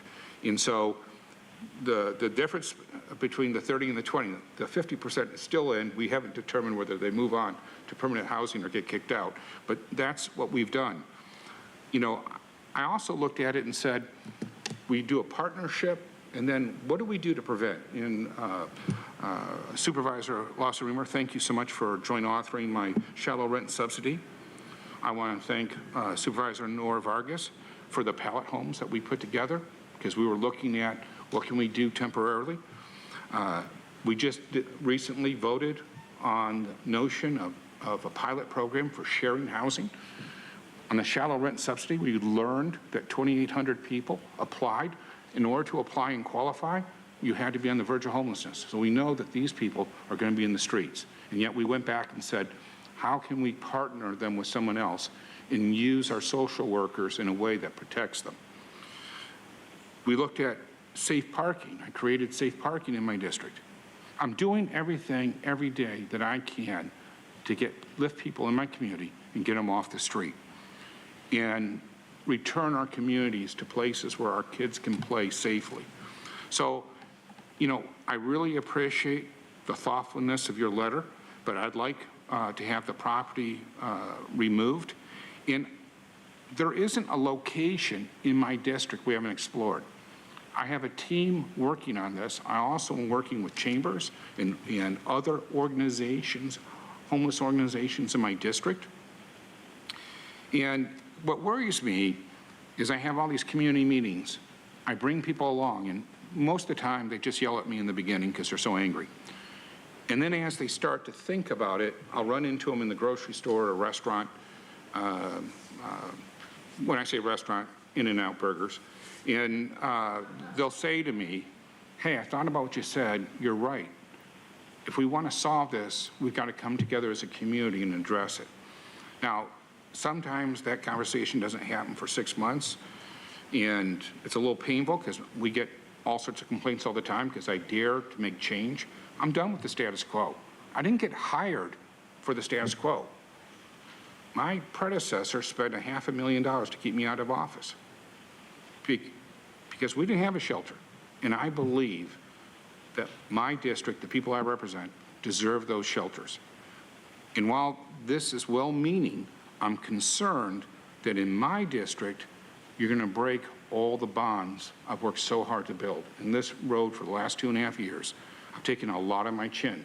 But I think people in my district, whether they like me or hate me, they know I tell them the straight scoop. I'd rather take it on the chin and be up front and earn their support down the road than to mislead them. And for the county to go out and re-explore what we've explored would only undermine all the relationships. And you know, this is difficult to say.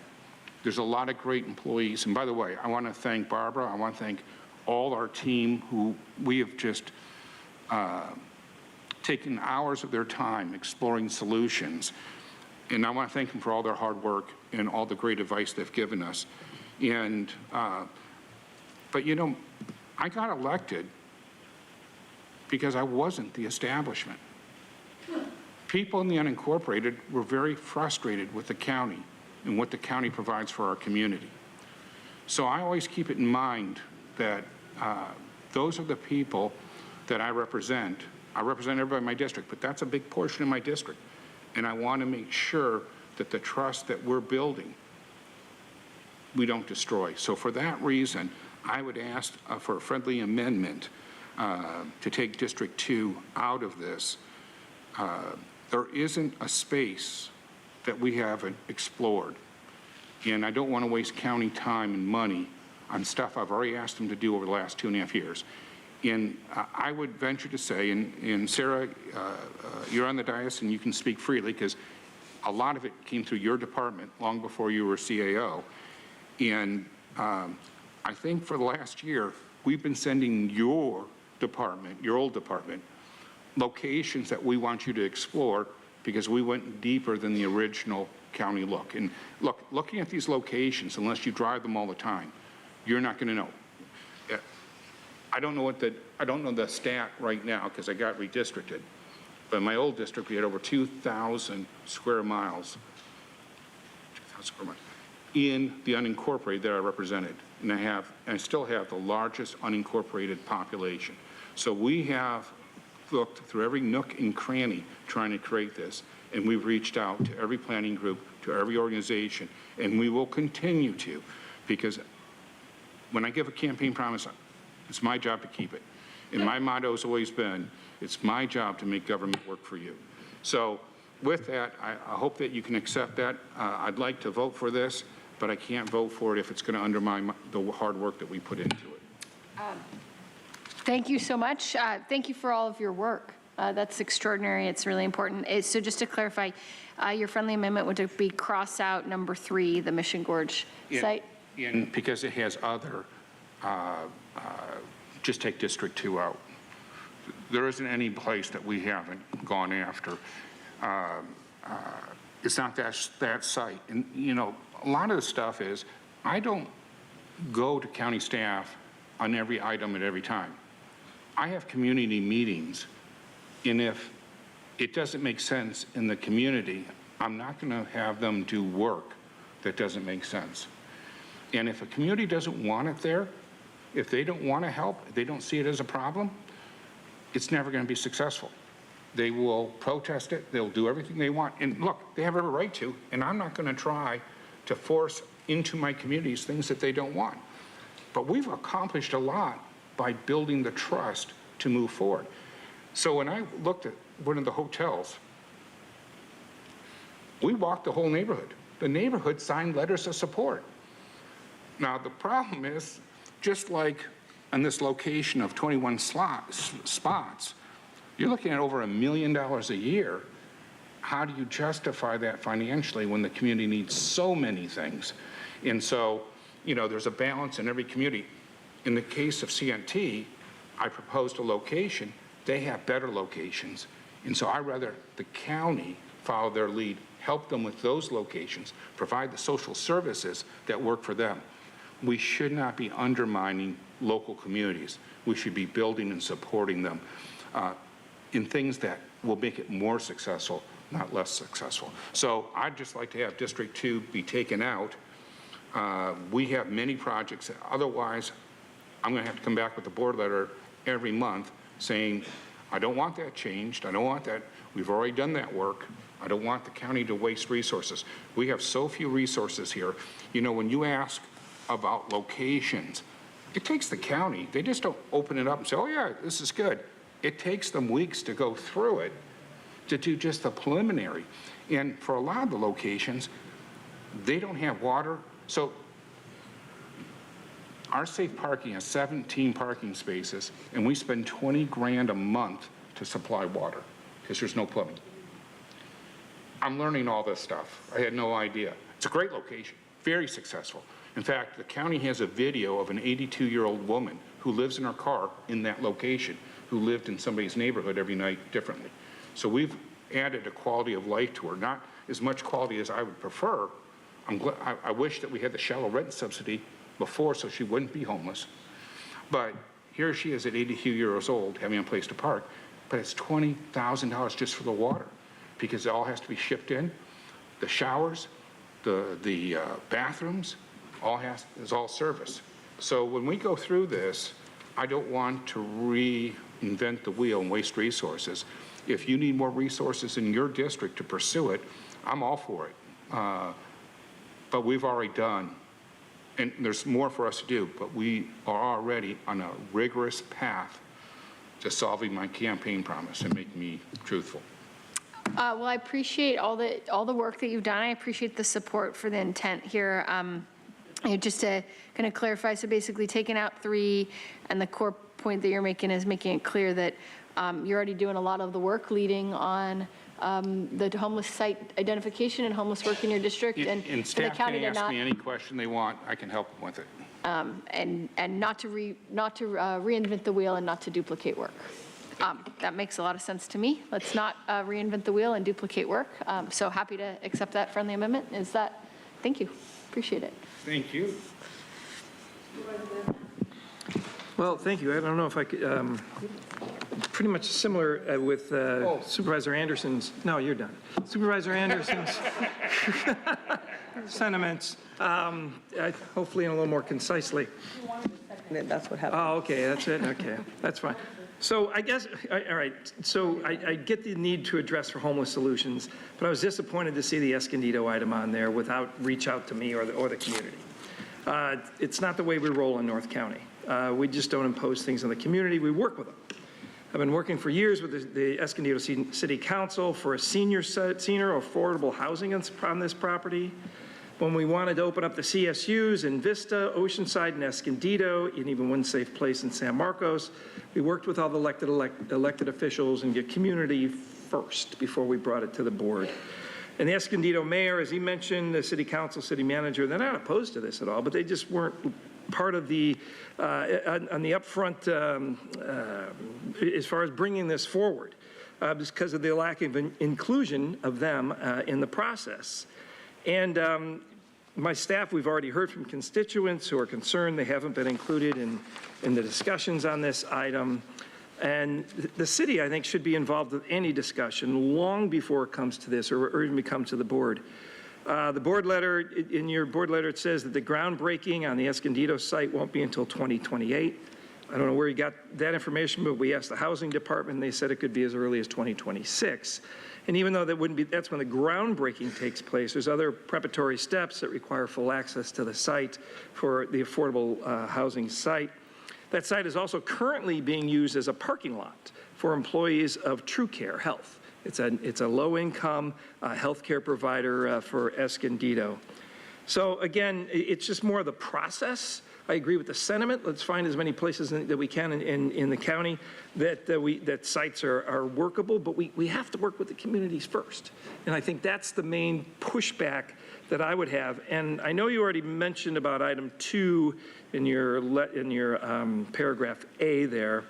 I'd like to see that 620 Valley Parkway Escondido site removed and replaced with something to the effect of, and to work with Escondido to locate a potential site. Because it seems like the mayor was very interested in partnering with us, and if they've already got a site that they think would work better, I think let's go with their thoughts of where that would go in the community and remove this one, and maybe this one comes back with a work through them.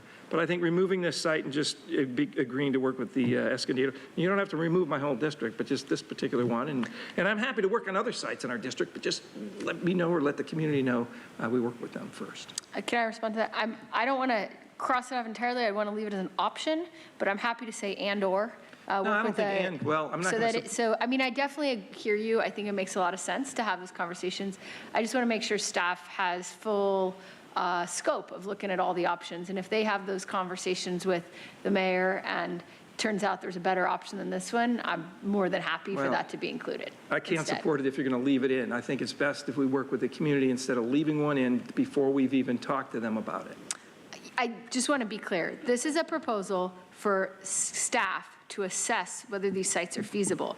So if we haven't yet done an assessment of any site, I think we'd be very short-sighted to cross it off the list. What we're trying to do is have a full conversation about all the potential available sites. So if you want to change it to some broader language to look at all potential available sites in Escondido, that'd be fine. That's fine with me. I just don't want to eliminate any possibilities. Well, I just want to eliminate it from this board letter and just to say to look at all possible sites working with the city of Escondido. All possible sites, that is a fine amendment with me. Thank you.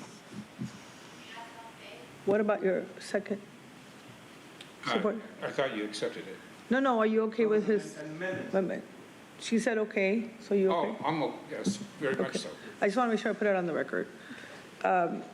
Supervisor Montgomery Stepp.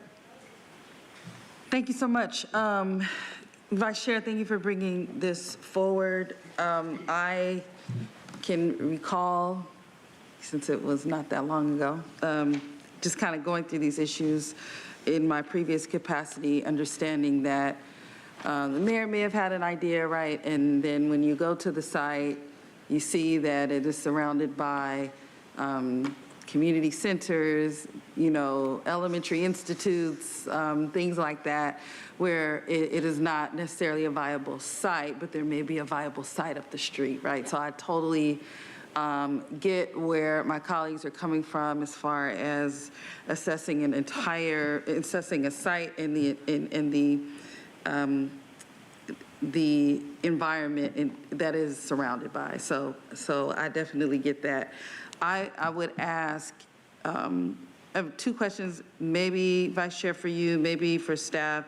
One is, based on the action that was previously taken by the board, where did that assessment land? Thank you, Supervisor Montgomery Stepp. I'm going to turn it over to the team for purposes of that original assessment. I think Supervisor Anderson, and correct me if I'm wrong, really the focus being within District 2, and he did a great job of providing some of the evaluation.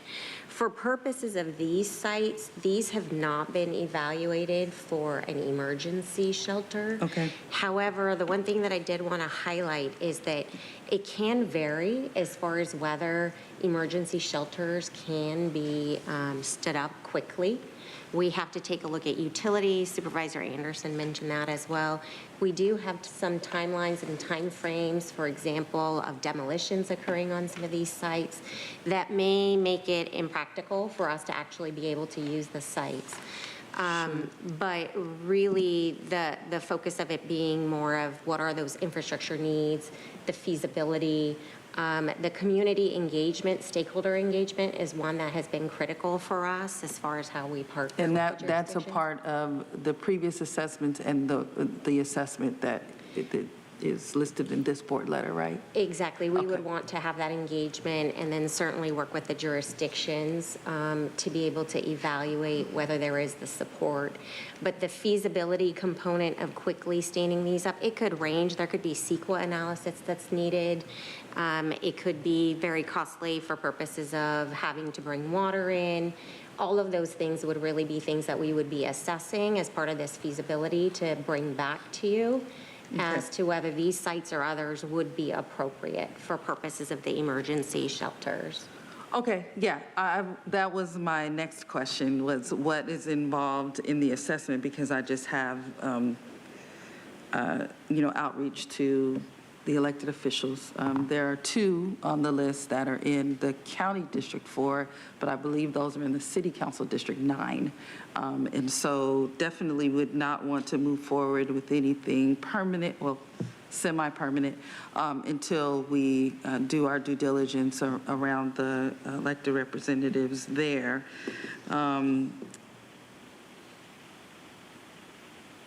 And also, some of the things surrounding businesses, schools, all of those things I think are important as well.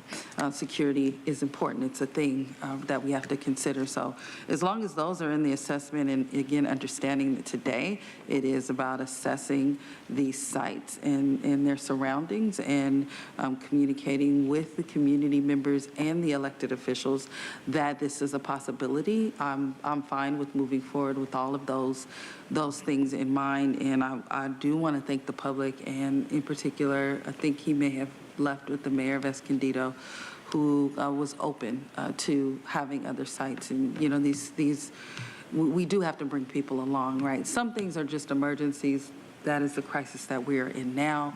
But long term, there's an educational component that comes along with this, right? And if we're going to solve it long term, we need to all do it together. But for purposes of assessing the sites that are county owned, I am okay with this. And as we go forward, we will reach out to community members and elected officials and hear from them as well, and bring that back into this space as we move forward. So thank you very much, and thank you for your leadership. Vice Chair Lawson-Weamer.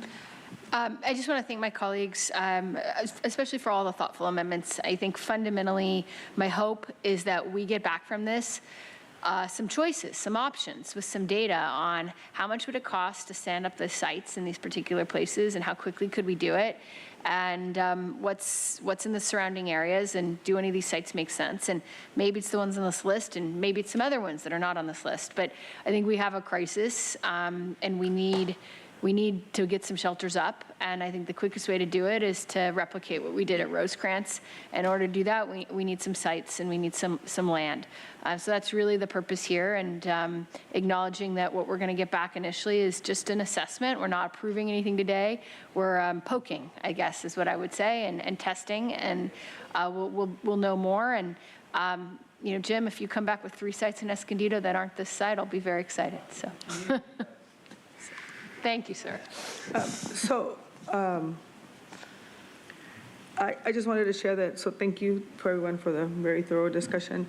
I too agree that everyone deserves a safe space, to be able to sleep and call home, especially as we see the challenges with the weather. And, I think Supervisor Anderson did a fabulous recap of all the work that we've done around trying to fight in shelters, including working with the governor to get the pallets. And I know that poor Barbara, I've called her how many times, and are you sure? Can we do this? What if we do that? And so we're trying to be very creative in how we make sure that we house folks. So thank you for bringing this item forward. I think, when I first read it, I also get really nervous when we give locations to folks and without, I didn't know enough about sort of the community engagement that had taken place. So I had some questions, but I think it's actually super clear in the recommendation, because the recommendation says sites to be analyzed and should include, but not limited to. So you're getting my vote because it says, but not limited to, because for me, there's still a lot of work to do in District 1, and I inherited part of Spring Valley, which Supervisor Anderson used to represent that part that I represent now, and there had been a lot of work already, particularly in that community, of some of the needs that they had, and we are looking at some of the pallets and trying to move that forward, which is how I ended up coming up with the housing, doing the enterprise assessment of where our unsheltered population, sort of where our resources are, because we're trying to figure out where do we find money from, what do we do, and all of that. And so with all that, I am happy to support it, but understanding that for me as well, community engagement is critical with local communities, and I think you've said it like a couple of times now that is part of it, and it's this analysis, and so we're gonna wait for some of that information to come back. And again, I think that if we do this enterprise-wide and really look at some of the sites that we had already been looking at, and including those, I'll look at the CAO, not this team, so that we can move forward with this work. So with that, I thank you very much. We have a motion and a second, and no further discussion, so please vote. Chairwoman Vargas, that motion passes unanimously with all supervisors being present and voting aye.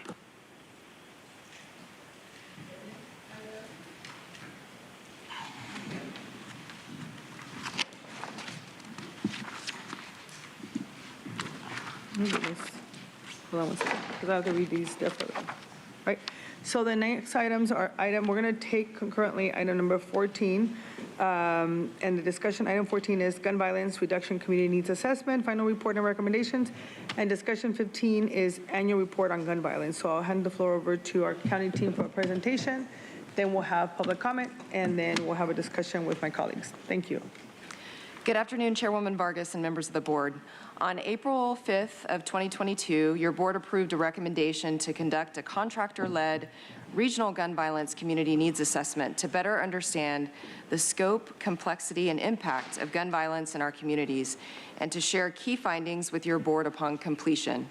On July 18th of 2023, the Board of Supervisors considered this item, and the motion to adopt the recommendations failed due to a tie vote and was scheduled to continue at a future date. The item is now returning to your board for consideration. Today, I'm joined by Dr. Daniel Polk of Health Assessment and Research for Communities Incorporated, or HARC. They are the consultants who led the extensive data analysis, community outreach, and best practice review. Dr. Polk will present some key findings included in the final report and an overview of their recommendations. Julie Jekyll with the county's public safety group will then present the county's collaborative work plan and its recommendations. At this time, I'll turn the presentation first over to Dr. Polk. Thank you, Holly.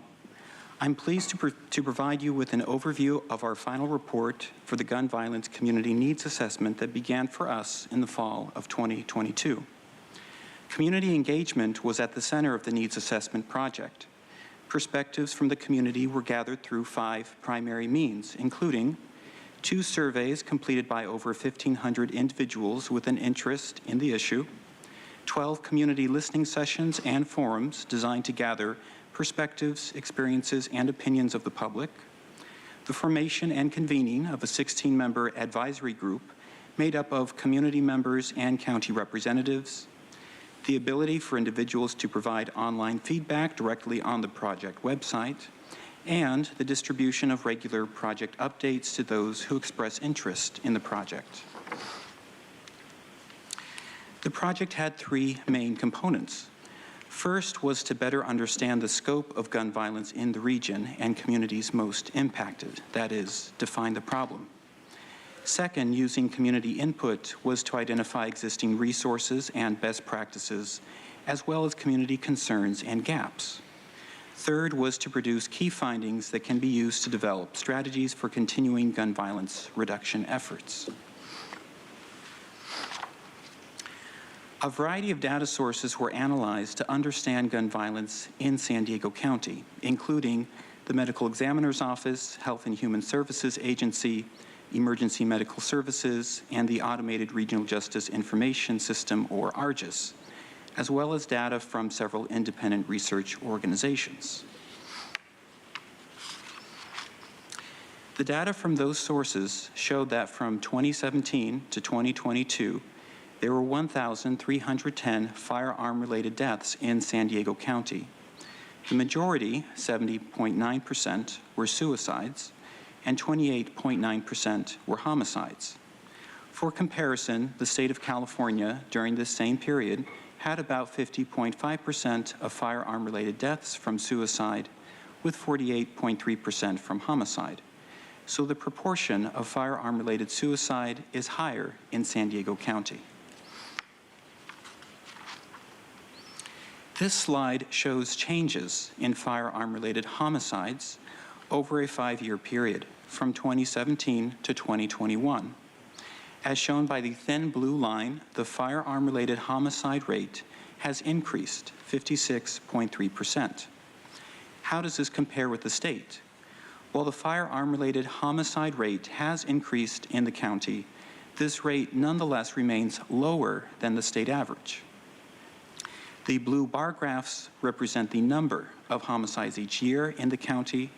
There was an average of 62 firearm-related homicides per year. This slide shows changes in firearm-related suicides over the same 5-year period, 2017 to 2021.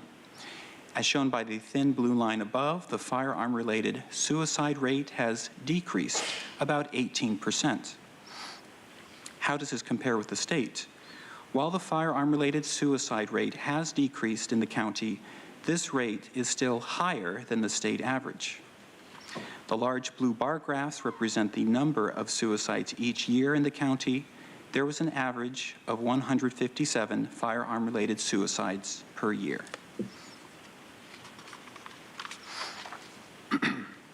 This chart shows hospitalizations for firearm-related injuries over a 5-year period.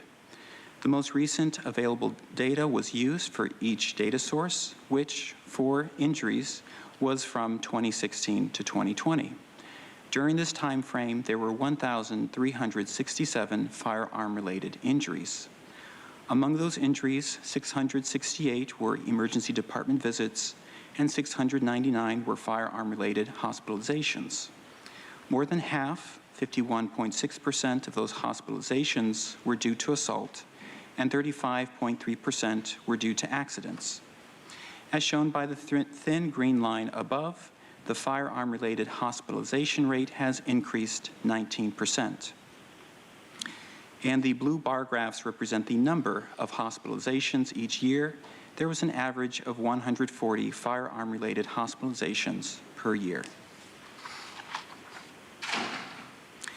Other key findings from the assessment include that for both suicides and homicides of any cause, the most common manner of death from 2017 to 2021 was firearm. We also looked at firearm-related suicides and homicides by race, age, and gender during this same period. Firearm-related suicides were highest among white residents, males, and those over the age of 65. Firearm-related homicides were highest among black residents, males, and those ages 25 to 44. While federal health care data, including military and Veterans Administration data, were not available for this assessment, death data from the medical examiner's office did indicate that some individuals were veterans. The data showed that from 2017 to 2022, nearly 1 in 5 firearm-related deaths were veterans. The great majority, 93.3%, died by suicide. As said, the firearm-related injury hospitalization rate has increased 19% from 2016 to 2020. Black residents, males, and those between the ages of 15 and 24 had the highest rates of hospitalization. The perspectives, experiences, and opinions of community members and those who work with or for populations impacted by gun violence were sought throughout the assessment. I will now share some high-level trends we heard from the community. As you can imagine, we heard a wide range of perspectives on the topic. The public highlighted a multitude of suggested solutions to reduce gun violence. A few of the most noted suggestions included mental health care, youth mentorship programs, strict enforcement or penalties for crimes, firearm regulation or background checks, and funding for community-based organizations. When asked about the most needed programs and services, evidence-based practices such as mental health counseling, gang prevention programs, after-school programs, mentorship programs, and domestic violence support services were highlighted in responses. Next, I will discuss possible solutions to address gun violence, including promising best practices and our recommendations. Solutions were developed in concert with community partners using findings from the secondary data review and input from the community. We conducted a best practice literature review to highlight proven or promising practices for possible implementation or expansion by the county. The board directed a public health approach, so solutions were sought across the 3 levels of prevention, from actions designed to stop violence before it starts to services that address immediate and long-term responses to violence. Recommendations are organized under 4 strategic areas: advocacy and awareness, community engagement and collaboration, community healing and trauma-informed practice, and planning and evaluation. Our goal was to identify practical and proven actions the county can implement to reduce gun violence. An overview of the recommendations are provided on this slide. Recommendations are based on best practices and on-the-ground conditions in the county, with input from the advisory group and stakeholders. Recommendations are intended to build public awareness of effective violence prevention strategies and connect individuals to culturally tailored resources, center community engagement in this work by creating opportunities for community input and leadership, create strong collaborative partnerships that build community capacity for self-healing and connect people to trauma-informed services, and demonstrate commitment to gun violence reduction over the long term.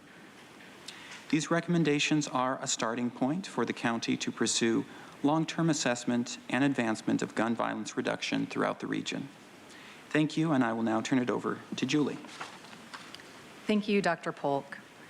The Gun Violence Reduction Work Plan presented today details 17 proposed actions led by several county departments that address HARC's recommendations. The work plan reflects an integrated approach that takes both individual and systemic issues into account to address the complex drivers of gun violence in our communities. Work plan actions reflect a commitment to the guiding principles for this work, which includes collaborating with those who are directly impacted by gun violence, using reliable data to understand who is most affected by gun violence and what factors are contributing to violence or helping to create safety, focusing on actions that promote healing and minimize harm, and directing adequate resources to those who are experiencing inequities. While a public health approach provides the foundation for the project, a social ecological framework has aided in the development and alignment of prevention strategies for maximum impact.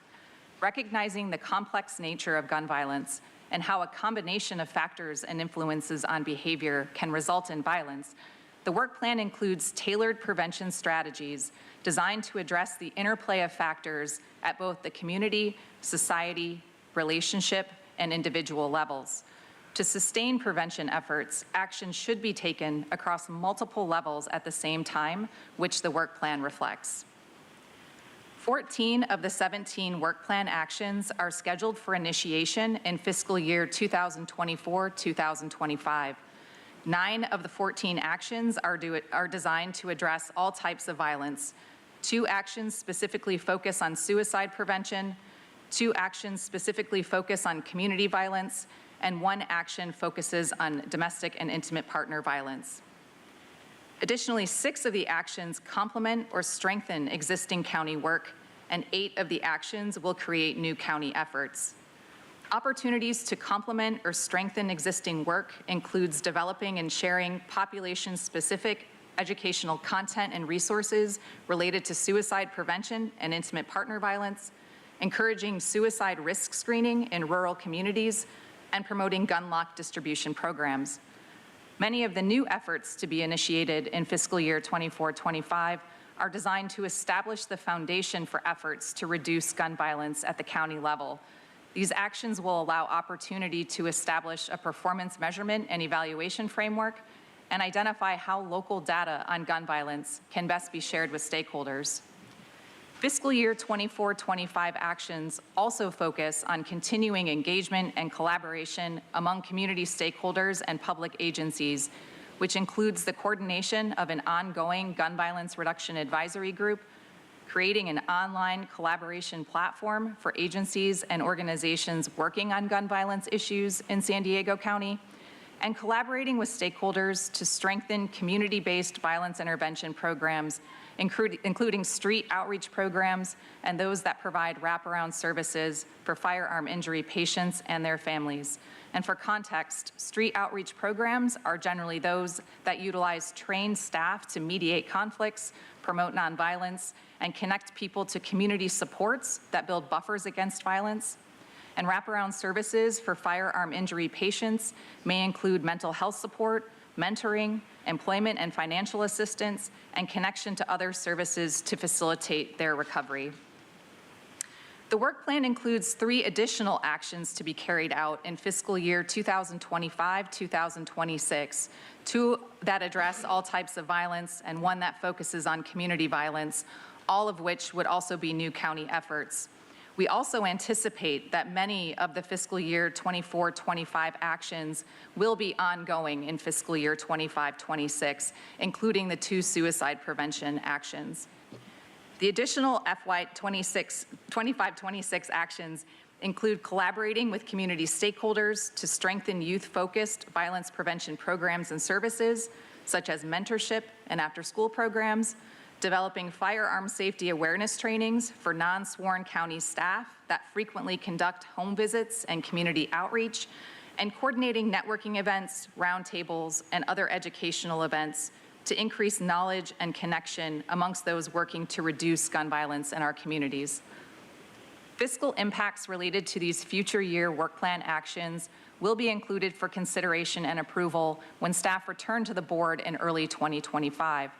It is anticipated that staff will also return at that time with additional recommendations for board consideration as priorities and next steps are identified as part of the fiscal year 24-25 work plan actions. To support the implementation of the 17 work plan actions and to lead and coordinate county gun violence reduction activities, the recommendation is to add 1 full-time employee to the Public Safety Group Executive Office beginning in fiscal year 24-25. And while the work plan is slated to begin in fiscal year 24-25, staff will begin preparing for implementation this fiscal year, and this may include developing hiring and procurement materials and creating a structure for the Gun Violence Reduction Advisory Group. I will now turn the presentation back to Holly. Thank you, Julie. We requested to concurrently hear items 14 and 15 because one of our recommendations today is to streamline the annual gun violence reporting to the board.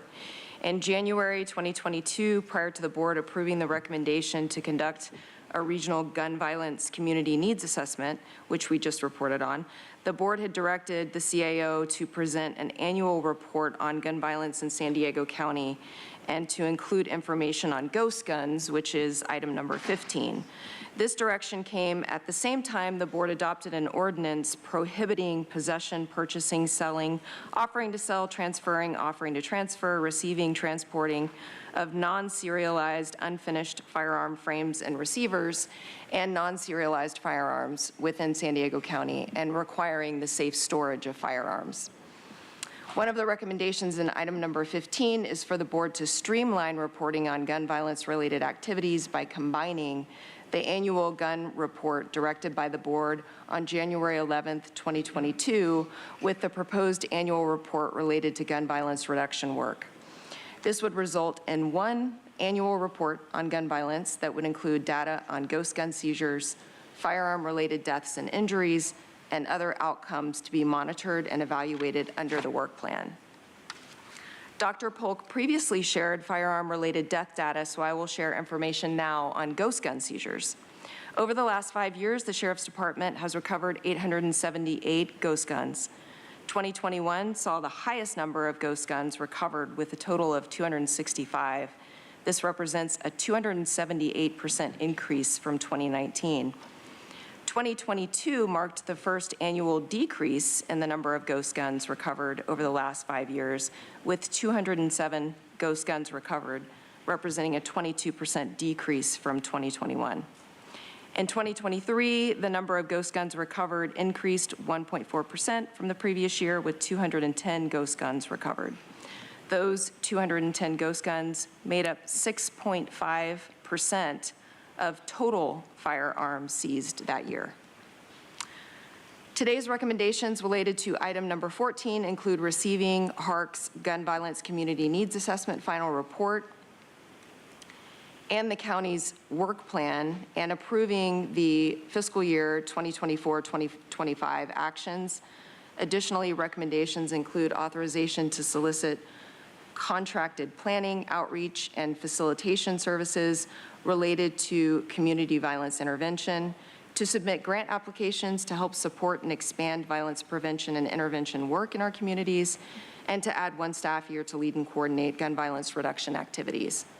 If directed, we will provide an annual report on gun violence in San Diego County and will return to the board in early 2025 with an initial update on work plan actions. I would like to acknowledge the work of the HARC team for their effort in compiling and analyzing data to support the actions before you today, and the 16 members of our community advisory group for their time and input over the past years. And today's requested actions related to item number 15 are for the board to receive the annual report on gun violence in San Diego County and streamline reporting on gun violence by combining this requirement with a proposed annual report on gun violence reduction work plan progress, if approved by the board. The new annual report would include data on ghost gun seizures, firearm-related deaths and injuries, and outcomes to be monitored under the work plan. Chairwoman Vargas, this concludes our presentation, and we're welcome any questions from the board. I'll open it up for public comment, and then we'll have a discussion as a board. Thank you, Chairwoman Vargas. We have 17 requests to speak on these 2 items, 11 in person, 6 requesting to speak by phone. Also note for the record that we received 39 e-comments, 37 in favor, 1 in opposition, and 1 neutral. Any members of the public that requested to speak on items 14 and 15 by phone, please dial in to the conference line using the instructions provided to you. We'll begin with the in-person speakers, starting with those in favor of this item. As your name is called, please come forward and stand against the east wall under the murals until it is your turn to speak. I'd like to invite forward Therese Heimer, Vicki Chin, Paul Conry, and Carol Landale. If I've called your name, please come forward. You'll have 2 minutes to address the board, and I'll ask you to please state your name for the audio record.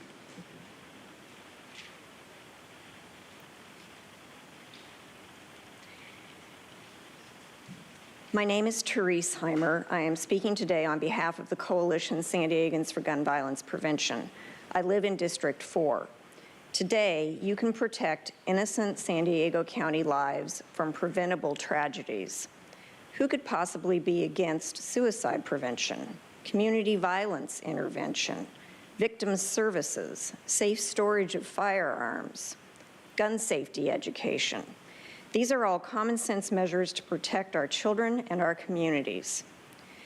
Other SD for GVP volunteers will focus their comments on various key parts of the county work plan.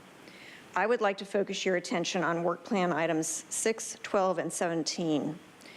Items 6 and 17 involve tracking state and federal actions supporting violence reduction efforts for the communities which are most impacted, and then applying for grant funds.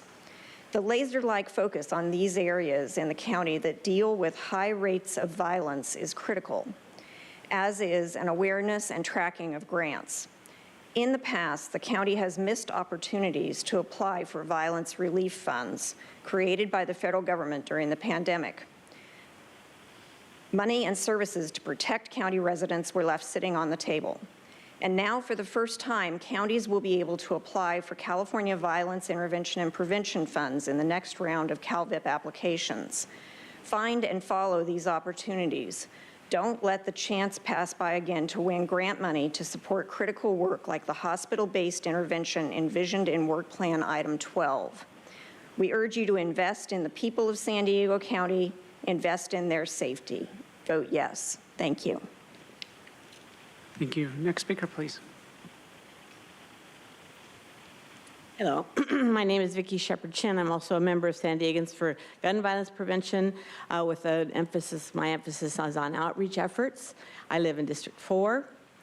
Gang violence is one of San Diego's major areas of concern for gun violence. The first guiding principle of the Gun Violence Community Needs Assessment Recommendation Work Plan specifically states those who are frequently and directly exposed to gun violence must be involved.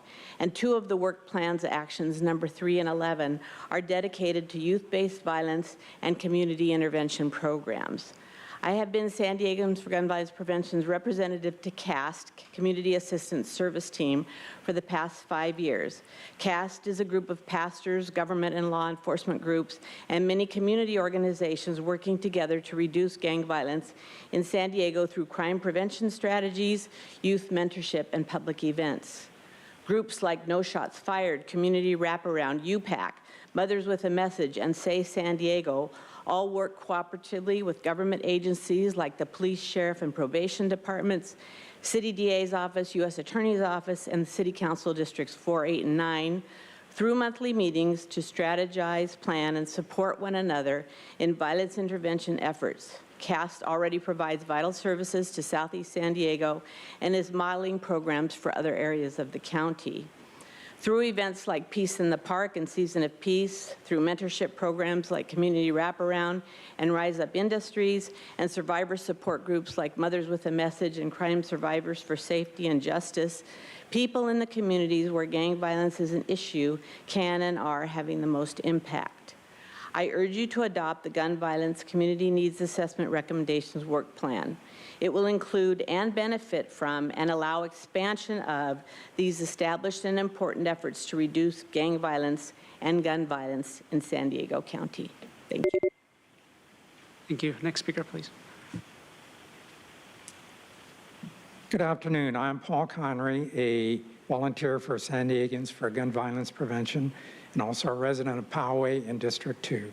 I support the recommendations in the Community Needs Assessment and implementation of the Gun Violence Reduction Work Plan. The work plan has concrete, effective actions to reduce gun violence in our communities. Work item 4 enables a public safety group and the Sheriff's Department to collaborate with community partners to not only educate San Diegans about safe firearm storage, but also to actually give out free gun locks and informational materials at community gun safety events. Many community partners, such as the San Diegans for Gun Violence Prevention, are willing and eager to partner with the county to help with this life-saving program. This action item also enables a public safety group to expand the network of community partners providing these services. Getting more partners involved will reach more of the public to help them obtain the information and tools for safe storage of firearms to make their homes and communities safer. Safe storage saves lives. This plan will reduce the preventable deaths and injuries that unsecured firearms can lead to. Gun violence reduction programs are needed. Gun-related suicides and child and teen mortality rates are tragically high in our country. Suicide rates here in San Diego of 4.7 per 100,000 is higher than all but 2 countries in the world. That's the United States and Uruguay. The child and teen firearm mortality rate in California is 3.1 per 100,000. That is 5 times higher than in Canada and over 10 times higher than other comparable countries like France, Australia, UK, Japan. All of the actions in this work plan are useful and important things we can do to reduce gun violence in San Diego. I urge you to vote in favor. Thank you. As a final speaker in favor is coming forward, I'd like to invite the first 5 speakers in opposition: Mark, Truth, Michael Schwartz, Bryant Rumbaugh, and Michael Brando. If I've called your name, please come forward. I'm Carol Landale, President of San Diego Brady Chapter and member of San Diegans for Gun Violence Prevention. Education on gun safety is a goal of both our organizations, and the county plan will provide education and resources to our communities, especially to those high-risk populations who may not be aware of the resources that are available. For example, domestic violence and gun violence restraining orders, and victim services. Most important is education around gun safety and informing gun owners of the dangers of leaving unlocked firearms where a child, a thief, or a person suffering from a mental crisis can access them. Educating people to be aware of the dangers is critical. Statistics show us that 8 children are killed every day with a firearm. And as we have just heard, in San Diego County, there is a high incidence of firearm suicide. Educating people about the dangers of firearms that fall into the wrong hands, and also about the laws that require firearms to be stored securely, will reduce firearm death. On behalf of Brady and San Diegans for Gun Violence Prevention, I urge you to pass the county's firearm reduction plan. Thank you. Next speaker, please, if I've called your name.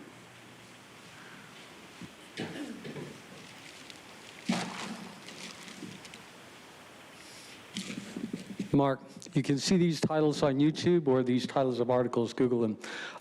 So first off, I would argue that many of these gun deaths were caused simply from Newsom's policy of disarming good citizens from having anything more than a 10-round clip, which guarantees a good citizen will definitely run out of ammo in the fight before the criminal cease fighting.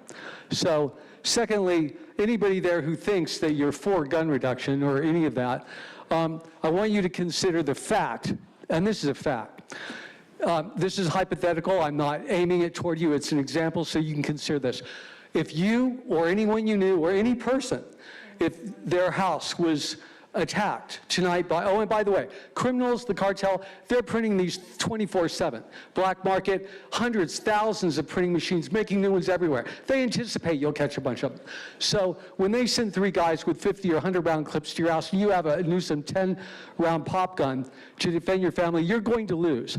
And when they have their way with your family for the night, if they're lucky, you're lucky enough that they let you survive, the next morning, before you're even head to the police station, you're immediately going to be at the gun store. And when you discover that all you can get to defend your family is a 10-round clip, you're going to be absolutely terrified for your family and yourself, and really angry at Newsom. Now, then there's 2 other purposes for guns, for a good citizen. One is to defend your country. Israel and Ukraine would not have been in danger. Oh, by the way, Terry, you calling it AR-15 an assault weapon, that's bullshit. An AA-12 shoots 300 shotgun rounds a minute, and you can just hold it steady, 1 in each hand. A kid could. That's an assault weapon. Anyway, you're disarming the country. This is all a tactic. It's Hegelian dialectic. And you've made it so I've run out of time, so I can't even explain more to people. Next speaker, please. Hi, my name is Michael Schwartz. I'm the Executive Director for San Diego County Gun Owners. Thank you for giving me the time. The proposal has a lot of really good points. In fact, they're points that we've talked about for years, that the problem is suicide and crime. And there are a lot of things in this proposal that help suicide prevention and give people the resources they need when they're in a time of crisis. There are a lot of things in this proposal that help prevent crime and, again, use government resources to better the community. My big fear, and the reason I oppose this in general, is because there is a bureaucracy that's being set up, a department, an employee that is being hired, and the gun violence prevention department that will result from that, we've already seen an example of. In September, the White House put together the White House Office of Gun Violence Prevention, which sounded great in theory. Let's see what we can do about preventing gun violence. Within weeks, one of their first recommendations was a gun ban, specifically a ban on semi-automatic long guns, which is about 80–90% of the types of long guns sold in America to law-abiding people for law-abiding uses. So my fear here is this department will result, pretty obviously, in a vehicle to come up with even more restrictive laws, more unconstitutional laws. We'll forget the fact that they're trying to prevent suicide, that they're trying to prevent people from becoming criminals, and will instead focus on the gun. We've already seen Hark in this presentation start going off the rails and talking about ghost guns. They didn't say anything about whether or not ghost guns were even legal, number one. Number two, they didn't say anything about what percentage of ghost guns are being used in crime. They just focused on the ghost gun, which of course are already illegal. It's a pejorative term for guns that have no serial number. So I'd ask that you please vote against this and continue to focus on suicide prevention and crime prevention. I appreciate your time. Thank you. As the next speaker is coming forward, I'd like to invite the remaining speakers in opposition, Consuelo and Gambler.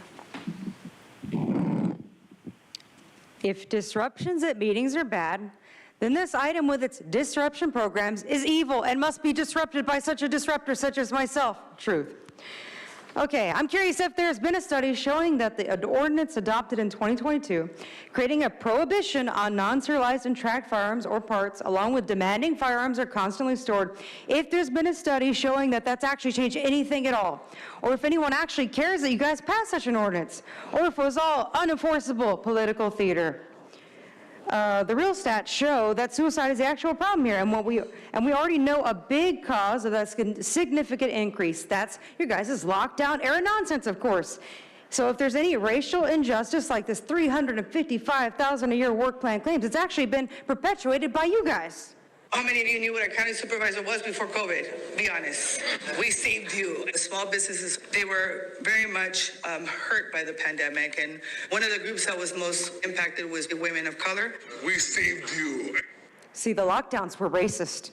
Neither restraining orders, nor storing away firearms, nor county staff being propagandized with firearm reduction methods, nor town halls asking people about a perception of success.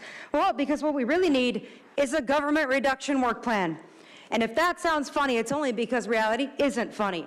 We got children who don't want to live because you supervisors took away hope from their lives in 2020. We got Black American men killing each other, and we got white American men killing themselves. And to top it off, we've got evil people segregating their neighbors by meaningless skin color.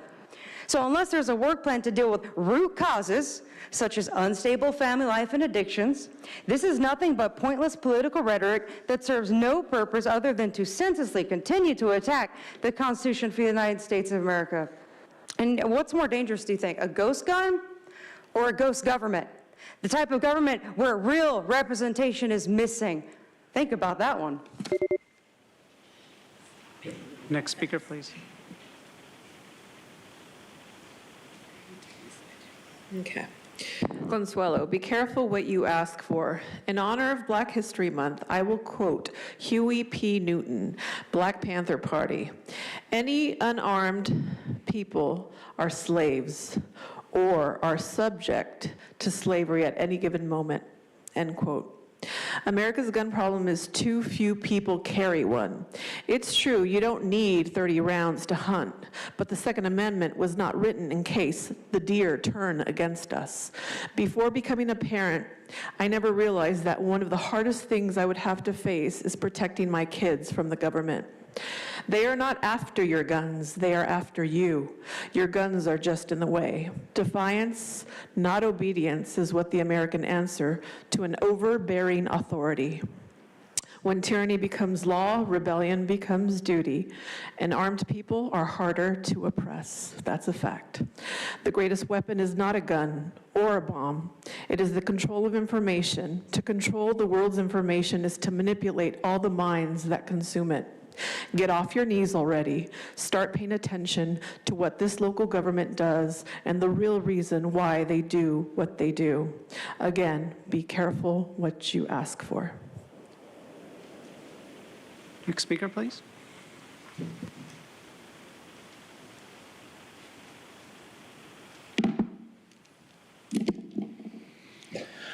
Gambler here. Excuses are like assholes. Everyone has one. And you guys are using a bunch of bullshit excuses to go ahead and try to limit our rights. What I haven't heard in any of your guys' reports is how many times did a gun save a life? Curiosity, why haven't we seen any of those reports? We're looking at a fraction of a percentage, like we're looking at like 1%, not even 1% of the population in San Diego County. We don't wake up to gunshots every single night. I don't care what area of town that you live in. We barely hear this shit happening. And if you're talking about suicide, yeah, that's a terrible way to commit suicide. If I were to do it, I would probably do it the same way, I forget what street it was, the friggin' service dude that wanted to kill himself, so he started shooting on the street and had police officers kill him for him. Suicide by cop. That is also another opportunity that people have to commit suicide. I mean, there's so many different ways to commit suicide. Let's stop having people go onto a bridge because they might jump. Let's stop doing all these things because of this. You're not solving shit by doing that. You're just looking for excuses to limit our freedoms. And that's bullshit. And it's bullshit because you guys were elected illegally. And since nothing is stopping me from collecting ballots and kicking you out, Nora, don't be surprised if I do.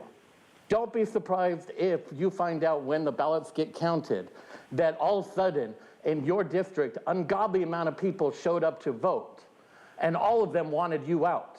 Don't be surprised when Cynthia and Sean Brom count all those ballots to get you kicked out, because with a 96% acceptance rate and a petition that has probably 80%, there's a serious problem. Thank you. Final call for Bryant Rumbaugh and Michael Brando. Not seeing any movement in the chamber. We'll now hear from those that requested to speak by phone. We'll start with our first caller.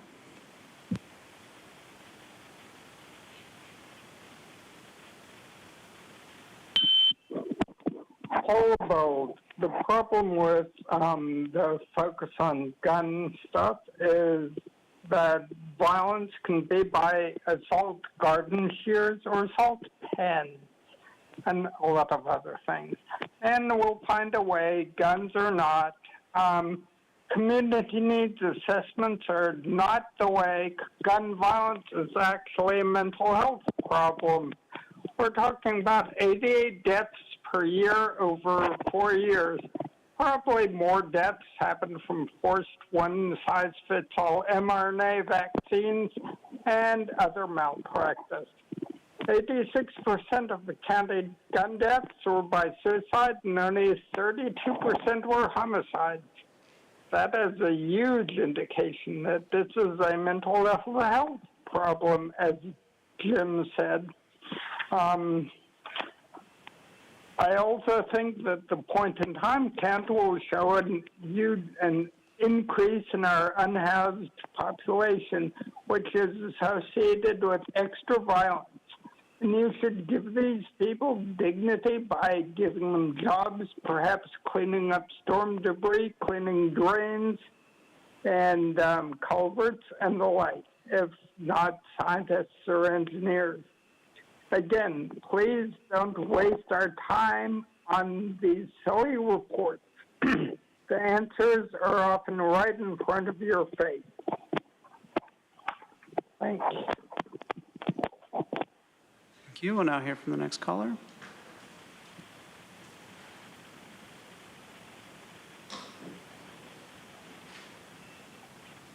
My name is Lori Van Orden. I'm a board member of San Diegans for Gun Violence Prevention and a San Diego County resident in District 2.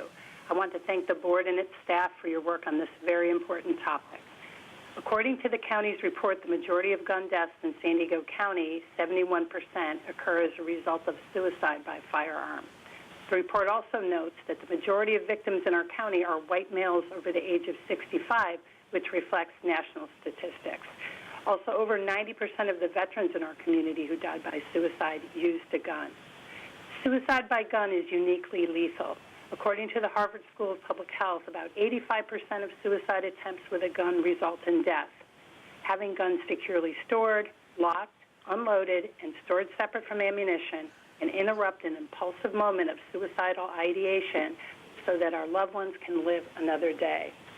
I'm calling today to support the recommendations made in the report, especially those actions that will increase the education of the public and will make secure storage options like gun locks, lock boxes, and gun safes more accessible.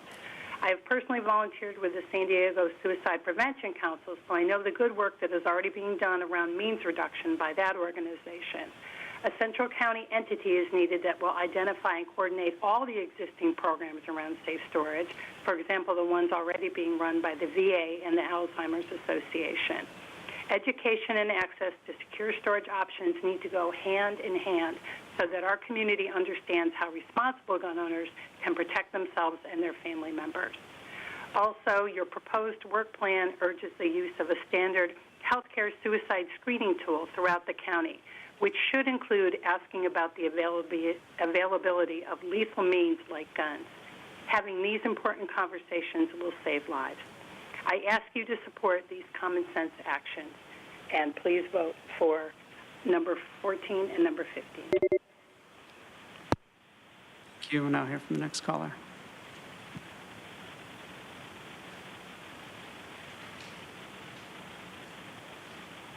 Pam, number 14, no.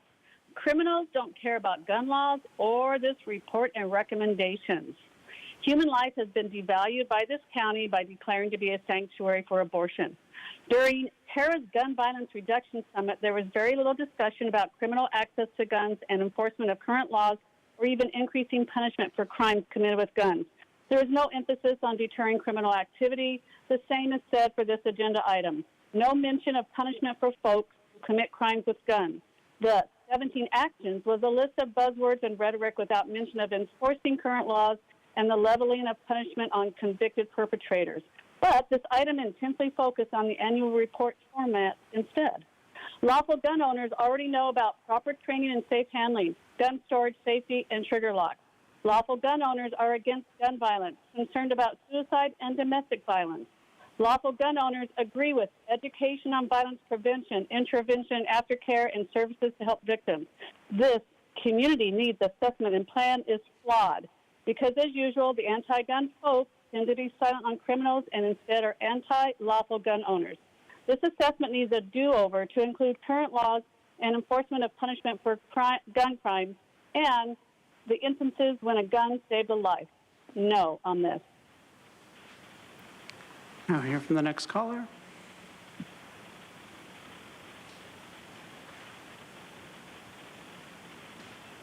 All of this is an infringement upon the Second Amendment, which it shall not be infringed. Everything that you're doing is going against your oath to the Constitution, and more guns and people who carry them will actually slow crime, which has been seen. But the fact is that you have to control the people. In order to do that, you have to take our guns, because otherwise you can't do that. This is a mass takeover of the human population to make sure that they are enslaved into the system that you guys want them to be. And I'm wondering how many hospitalizations from these gun injuries are from law enforcement officers shooting people. And the fact that you think that you are ever going to stop suicide is a misnomer, because there is no way that you will ever do that. And to spend $295,000 and demonize people having guns for the fact that people are committing suicide, that means that you would have to stop Big Pharma, you would have to stop the use of knives, you would have to stop the use of many other things that people use to facilitate their own demise. And I'll tell you this, you would never have stopped me taking my own life, and thank God gave it back to me, and unfortunately for you guys, but you would never have stopped that. And to think that you guys can play God and come in and be like, we need to take people's guns because people are using this against themselves is very negligent, because you're actually putting us in a huge security risk. We should be able to protect ourselves, but you don't want us to. You want the government and all of these law enforcement officers to come against the people and have all of these weapons, these military weapons and all of these things that they can actually use against the people. But none of this is going to stop gun violence, because suicide isn't gun violence. And people need to be educated and understand what a gun is and trained to use it, so that they understand that it is a weapon and it is something that you shouldn't take lightly. But the fact is that when you want to sit here and have people lock them up, if they have somebody come into their home, say like an illegal who you're facilitating the trafficking of, will come in and kill somebody, we don't have any way to protect ourselves under your regimen, under your policies.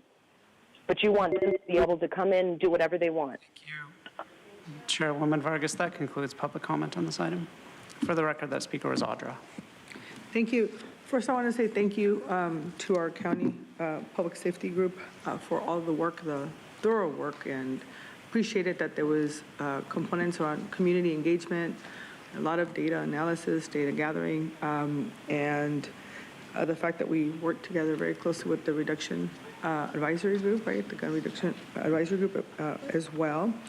So I appreciate all of the work that's been done, and particularly the fact that we have a work plan that really is focused on how do we intentionally work together to reduce gun violence in our county. And over and over we continue to hear these heartbreaking stories about some of the challenges that take place and how it ends up impacting our communities directly. And so I am happy to make a motion. What I'm going to do is I'll make a motion to support all of the recommendations on number 14, and then add the 2 recommendations to the Chief Administrative Officer, 1 and 2, so we can do them together, correct? Okay, so I'll do all of the motions together so we can move forward. Okay, with that, Vice Chair Lasmimra. Happy to second. Thank you very much. It's shocking when you look at the statistics. When you look at the rate of gun deaths in our country, which 22 times higher rate of death by guns in the United States than in the European Union.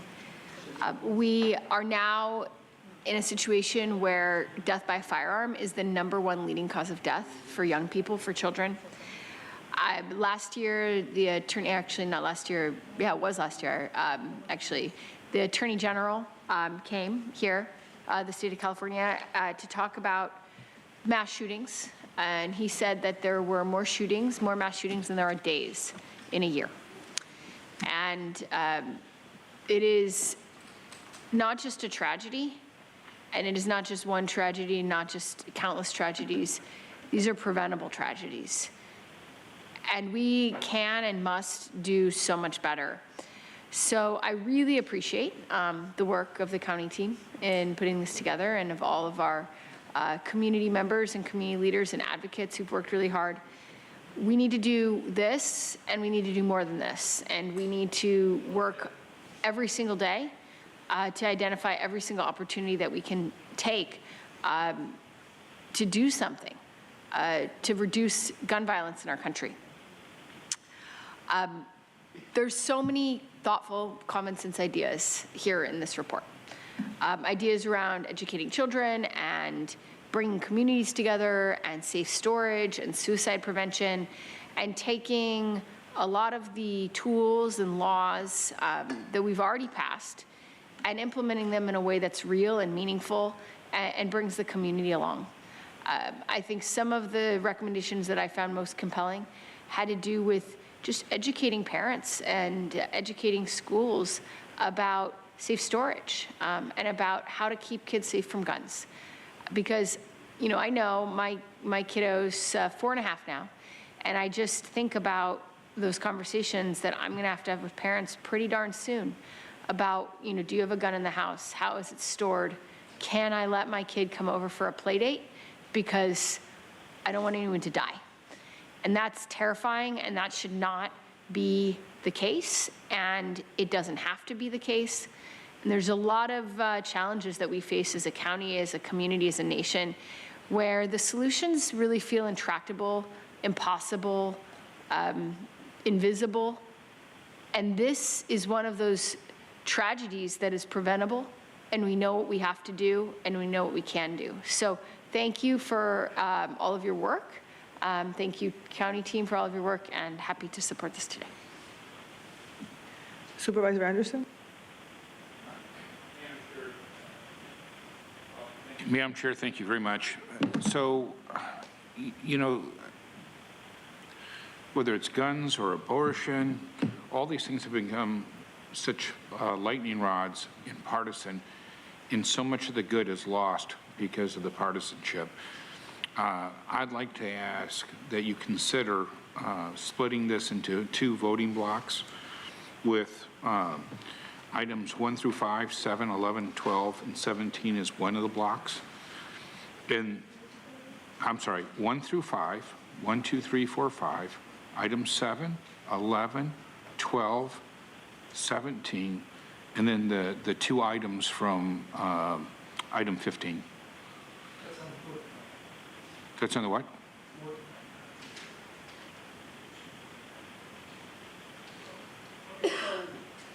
The motion is to accept all 9 recommendations, right? Or you, I don't know now. So items 1, 2, 3, 4, and 5, item 7, item 11, item 12, and item 17. If we could take that as a separate I'm trying to vote. figure out, no, can you, go ahead. Supervisor Anderson's referring to the 17 recommendations, I believe, that are in the work plan, right? Yes. Oh, you Supervisor, wanna that's go what you're- into the work plan. You'd like to bifurcate for purposes of some of the recommendations Yeah, that are because, part of the work. you know, some of this stuff is just great stuff. We should be moving forward. And Well, give me a second, because I need to get that. I'll second. Well, wait, you can't second a motion, I mean, I made a motion, she made a motion, so, like, give me a second. Yeah, just give me a minute, sir. Are we on attachment B? I want to make this a friendly amendment. Yeah, I don't want I'm it to be gonna, partisan. I'm gonna work with you, just, Yeah, I awesome. need to find the document so that I can have it in front of me. Everybody just calm down. Okay. Oh, yeah, this is a confusing one, okay. Oh, so you just want to pull, let's see, which one was the work plan is what number?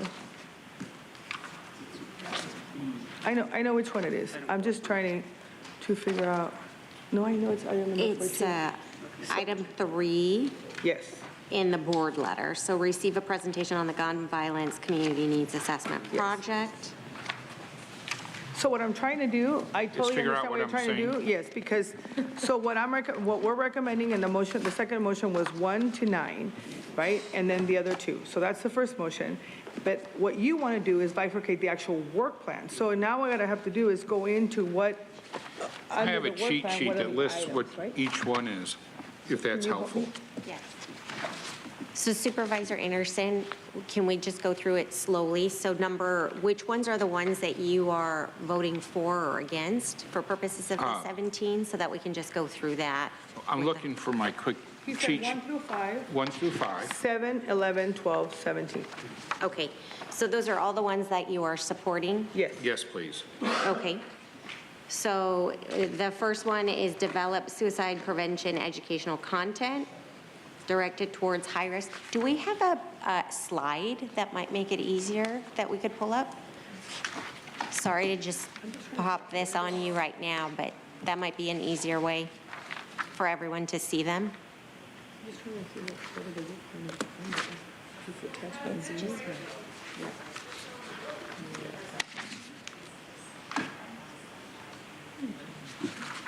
Thank you.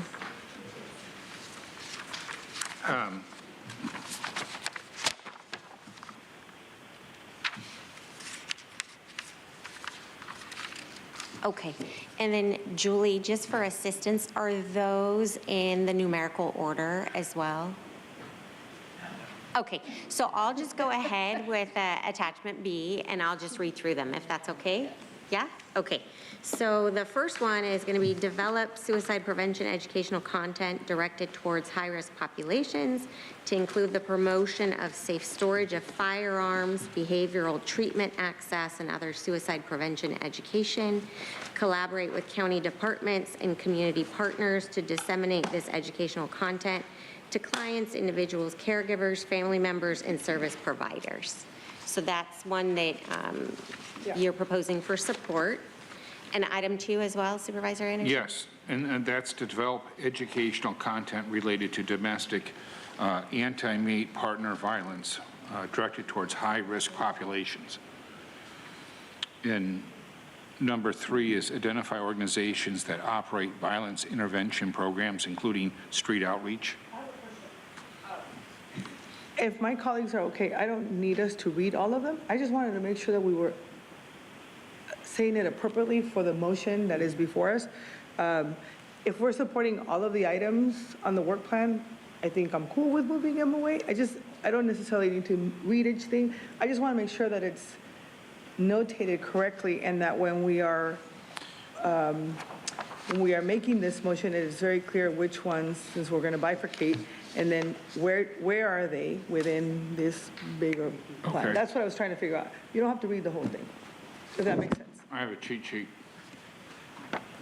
Do you want it? Sure. Okay.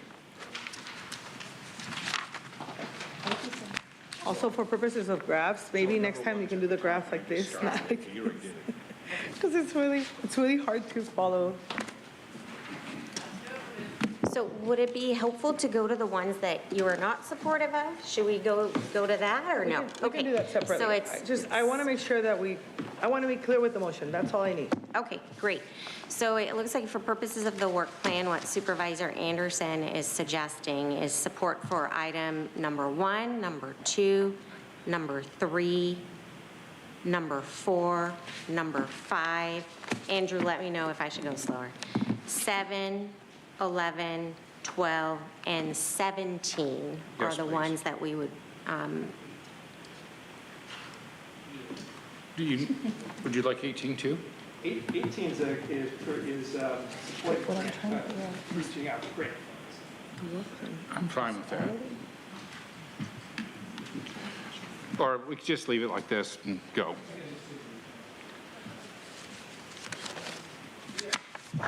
So that's what I want to clarify. I am okay with the numbers on this side. What I'm trying to clarify is that What they the do. work plan that you're trying to bifurcate is part of recommendation 1 and 2. So it's basically 1 and 2, and then under 1 and 2, you have all of these ones that you're going to take out. That's all I'm trying to figure out, right? yes. Okay, all right. So you have 1 through 5, 7, 11, 12, 17, and you want 18 as well? No, we're good. We're Okay, good. 17, and then 1 and 2. All right, so is everybody good for us? Anything else? No, you are an awesome chair. All right, so we have a motion and a second. Oh, Supervisor Monica Montgomery still had some. Are you done with your recommendation? I'm happy to accept the motion. Supervisor, Vice Chair? I'm happy to. Okay, now I'm going to turn it over to the supervisor for comments. I will try to be brief. I want to thank everyone for coming and your continued advocacy on all sides of this issue. San Diegans for Gun Violence Prevention. I see Mr. Swartz here. We had a conversation previously before me getting to this dais. Thank you everyone so much, Teresa, for being here. I'm just looking through the different items that we are voting on for the recommendations for the work plan that I know staff has worked so hard on. I see, I'm trying to explain this, but because it's in my head and I need to make you all understand it, that's my job. But there's some that are conflicting as far as bifurcating or taking out some of the recommendations.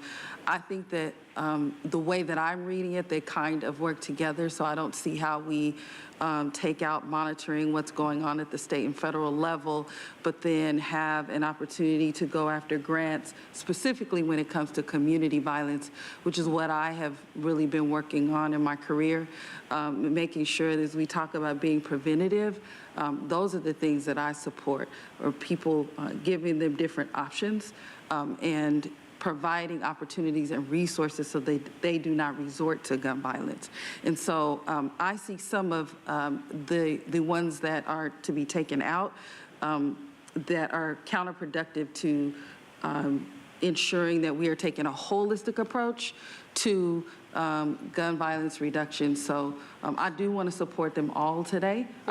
So I'm going to do a second part of the motion. So I'm Okay. just taking the bifurcation for the first one because my colleagues want to support some of the recommendations that have been presented by the public safety group, but they're not ready to support all the other ones. But I'm going to make a second motion so that I'm assuming that we'll have the support based on what I think is happening here. I think I know the procedure. I just want to speak on all of it now. You got it. And so that's just what, I just want clarity to make sure that I see these kind of working together, and majority of them really being about outreach more than anything else.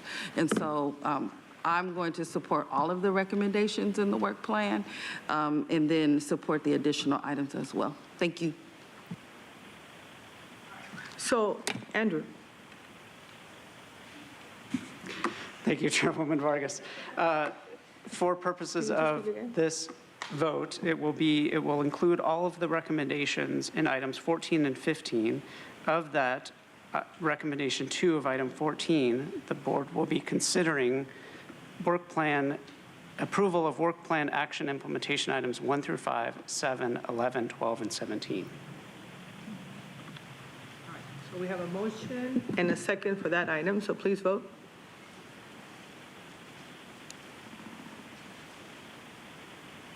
Can I have clarity? It's a bifurcated motion, right? So we're doing this and then another one right after it, right? Yeah. Great. Chairwoman Vargas, that motion passes unanimously with all board members being present and voting aye. Okay, and so then can you read the? Thank you. So this next motion will be to consider and approve recommendation 2, which includes the remaining items on the work plan implementation, which will be items 6, 8 through 10, 13 through 16. Yep. Have a motion and a second, please vote. Chairwoman Vargas, that motion passes with Supervisor Anderson and Supervisor Desmond voting no, all other supervisors being present and voting aye. Thank you. Appreciate that, and thank you for all your work. Very much appreciated. All right, the next item on the agenda is I ask each of my colleagues if they have any reports or brief updates based on your committees or any pertinent information that you want to share. Yes, sir. Thank you, Chair. I appreciate it. On the Spent Fuel Solutions Coalition, trying to get rid of the spent fuel that's up at San Onofre, we did a webinar just last week with the mayors of Finland and Sweden. Those are 2 countries that are actually have repositories for their spent nuclear fuel. It was interesting talking to them from their perspective.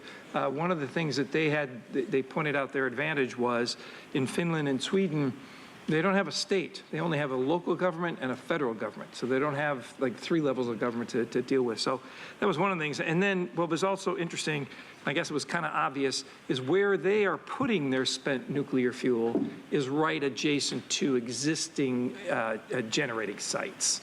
So the people there kind of acclimated already to nuclear energy, but they said it took years and many, a lot of time trying to work with the people, work with the community, trying to get the spent nuclear fuels buried in the ground for as much as possible. But so that was a webinar we just did, and it was very interesting. So just wanted to share that. Thank you. Before I go to public comment, I just want to say thank you to, as part of my committee, right, I'm on the APCD board, and I just want to say thank you to them for responding so quickly during the Office of Emergency Services work that we were doing, particularly with some of the challenges that were taking place to remove some of the debris, et cetera, while the floods were taking place. So I just want to give a shout out to the APCD team for responding so quickly to our folks and for participating in finding the solutions to get this done. So thank you for that. With that, I'm going to now turn over to non-agenda public comment.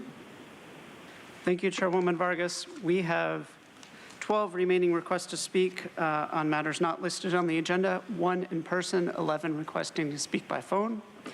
For those that requested to speak by phone, please dial into the conference line using the instructions that were provided to you. I'd like to invite forward the in-person speaker, Truth. You'll have 2 minutes to address the board.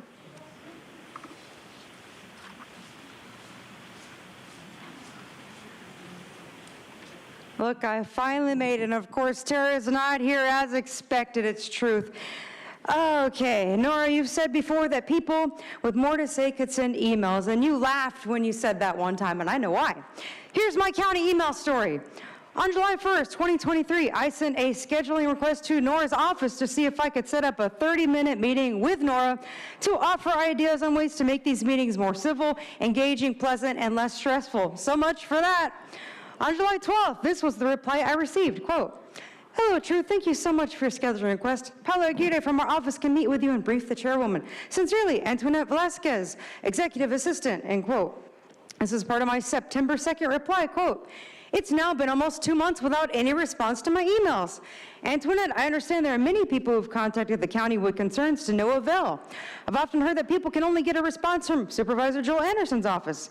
That's definitely not equitable, disenfranchises many constituents, and does not build community engagement.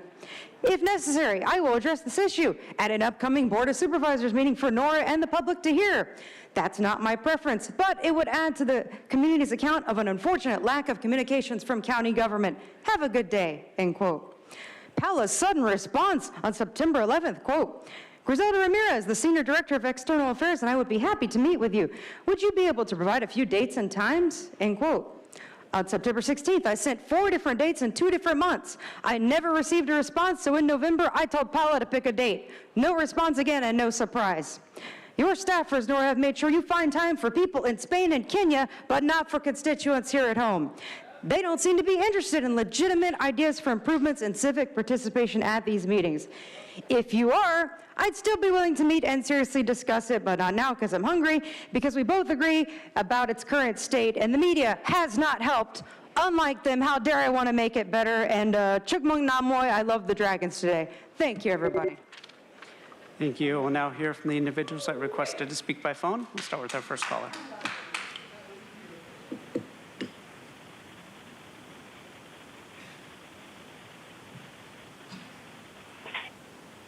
Hello, my name is Kelly McCormick. I'm a public health educator.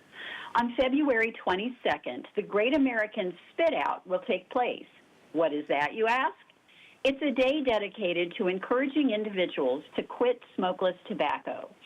A survey by the Truth Initiative found that nearly 20% of military personnel reported using smokeless tobacco, and unfortunately, a brand of flavored smokeless tobacco called Zyn is gaining traction among teens and young adults. Old school chewing tobacco has now evolved into a wide array of flavored smokeless products. Newer brands like Snus and Zyn do not require spitting. Some even dissolve in the mouth. Zyn in particular has an aggressive online marketing campaign and is promoted by influencers whose videos end up on the social media feeds of children and teens. Smokeless tobacco has many health risks and is not a safe alternative to smoking. It contains the same addictive chemical, nicotine, that is in other tobacco products. It also contains at least 28 cancer-causing chemicals. Chewing tobacco can lead to gum disease, tooth decay, tooth loss, and cancerous patches inside the mouth. We are just learning all of the effects of products like Zyn. Quitting can be hard. The Great American Spit Out connects users with resources, including Kick It California, which provides free support and coaching for those who would like to quit tobacco. Thank you. Thank you. We'll now hear from the next caller. Smokeless tobacco has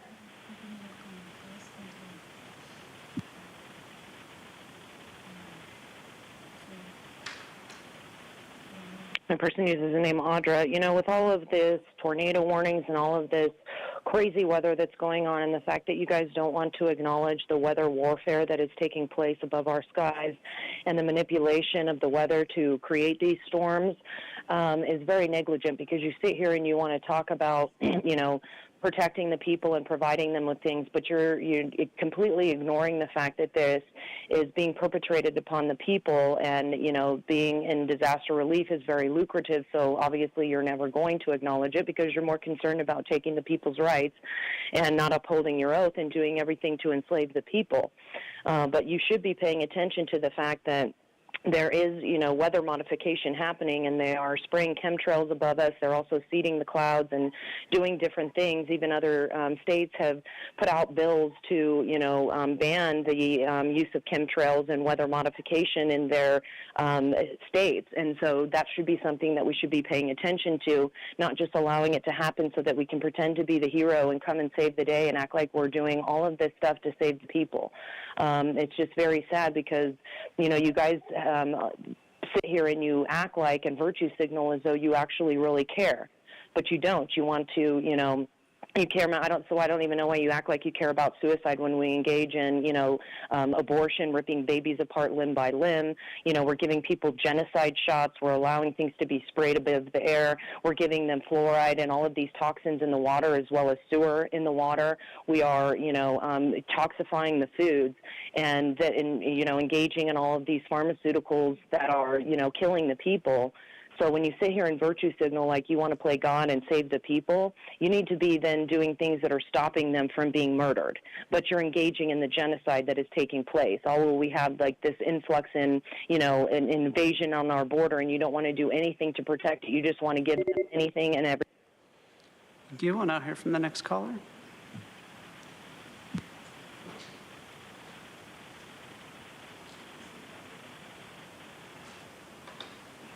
I'm Morgan. Across the U.S., anti-Palestinian racism, anti-Arab racism, Islamophobia, and physical violence toward Palestinian Americans has risen to unprecedented levels. Just yesterday, a Palestinian American was stabbed in Texas for displaying a keffiyeh. Palestinian, Arab, and Muslim communities across San Diego fear being targets of violence because of their race, their religion, or the language that they speak. White supremacist violence in San Diego is a real serious threat, and communities across San Diego County are terrified at the rate at which it is rising. As diverse communities across San Diego confront the threat of white supremacist violence, our Palestinian and Jewish communities are natural allies. In the fight against white supremacy, Palestinians and Jews are on the same side. This reality became apparent in 2019 when a white supremacist tried to burn down an Escondido mosque and then subsequently 1 month later tragically targeted the Poway synagogue. His online hate speech was directed towards both Muslims and Jews alike. Since Israel began its genocidal campaign in Gaza, accusations of anti-Semitism have been weaponized to silence those who defend the Palestinian right to self-determination, equality, and freedom from violence. Today, we witnessed false accusations of anti-Semitism used to smear Imam Taha, a beloved member of diverse interfaith communities across San Diego and a long-standing ally in our collective fight against true anti-Semitism. Weaponizing accusations of anti-Semitism to silence criticism of the Israeli government and Zionist lobby will not make San Diego's communities any safer. Efforts to smear Palestinian activists and allies distract all of us from the real threat of extremist white supremacist violence, a threat that San Diego's diverse communities must confront and overcome together. Thank you. Thank you. Now hear from the next caller.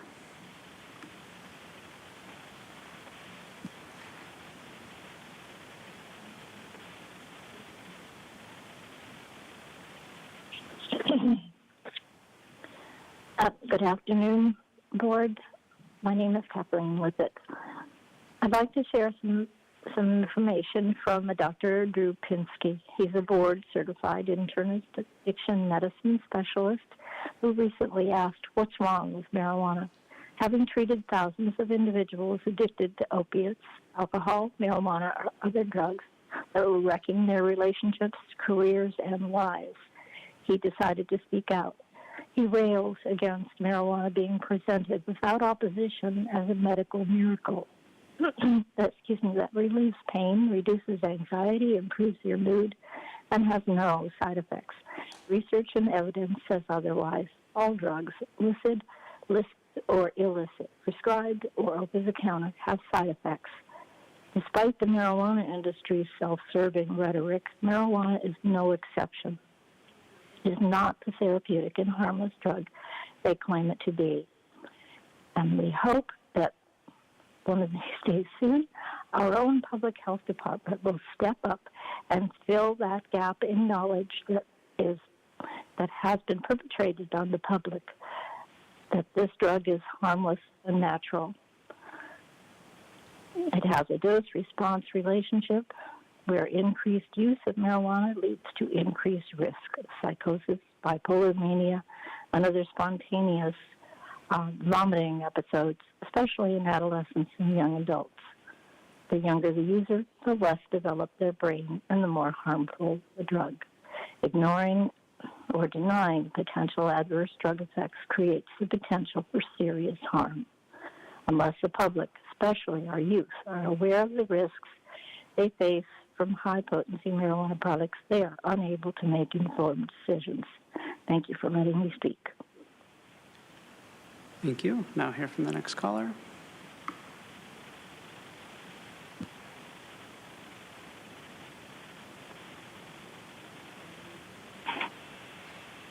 Good afternoon, Supervisors. My name is Becky Rapp. I'm a parent and a public health educator concerned regarding the continual flow of information regarding the dangers of marijuana use among children. Another article from ABC 10 News San Diego was published a couple weeks ago describing yet another devastating situation when a young girl, Maya, accidentally ingested marijuana. The girl's mother was quoted stating, "I nearly lost one of my beautiful daughters to a cereal that looks just like the harmless store shelf brand Jack's, except spelt with a Z." The mother is a swim teacher and routinely takes snacks to practice, and while she doesn't use marijuana in any form, someone added the THC edible to the snack bag. It took only a few minutes for Maya to complain about drowsiness and stomach pain. Poison control was called, and the family was instructed to go immediately to the emergency room. When Maya was admitted, she slipped into a 30-hour coma. Dr. Natalie Lobb, a nationally renowned child abuse pediatrician at Rady Children's Hospital, stated that marijuana poisoning has skyrocketed. There were 200 hospital cases in 2023 alone. She goes on to say, "We were seeing a handful of kids a year, maybe 3 to 5. And now we're seeing hundreds of children a year test positive. Symptoms include trouble breathing, trouble with electrolytes, and vomiting. Marijuana makes children very sick and can cause children to die even at small doses." Maya's parents, along with many other concerned residents, ask, why is this allowed to happen, and how can a highly intoxicating product have no regulations regarding how it is advertised or packaged? A target market, clearly to children, should in no way be permitted. We're asking you to please prioritize this devastating situation. Thank you. Thank you. Now hear from the next caller.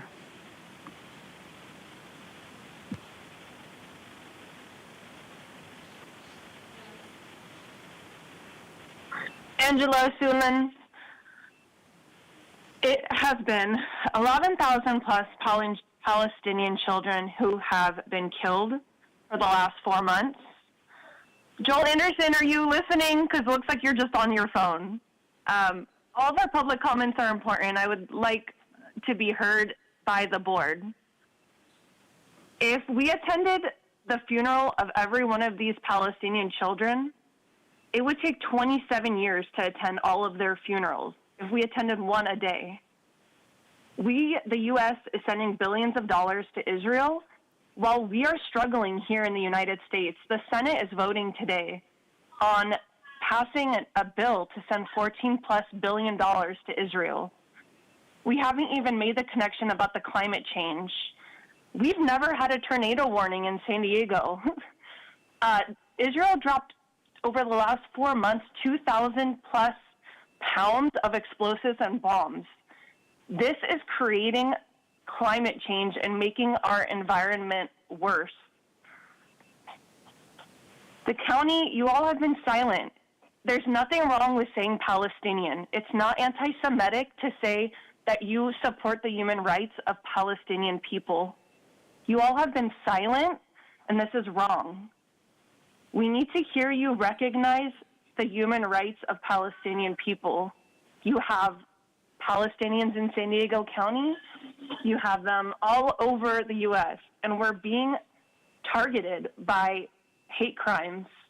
And most of these hate crimes are not Jews or Muslims. These are by white male supremacists.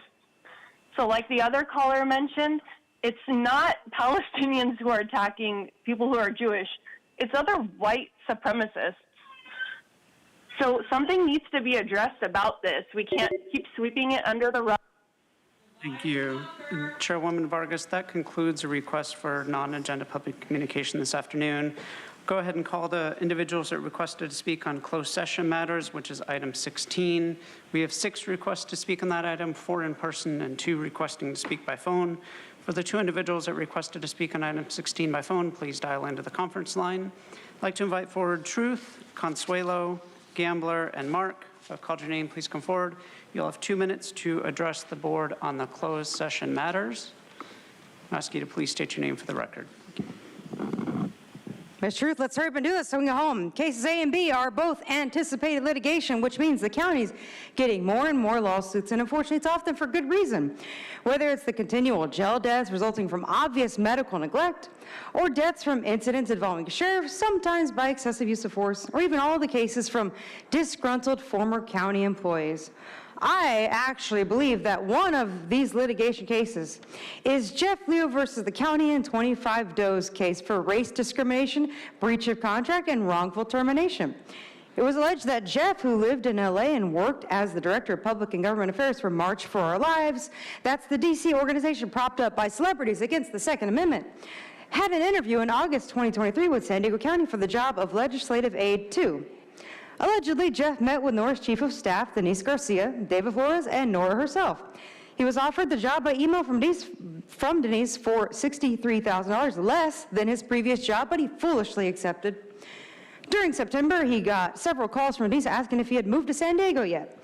Allegedly, on the 20th, Denise said offensively racist things against Asians.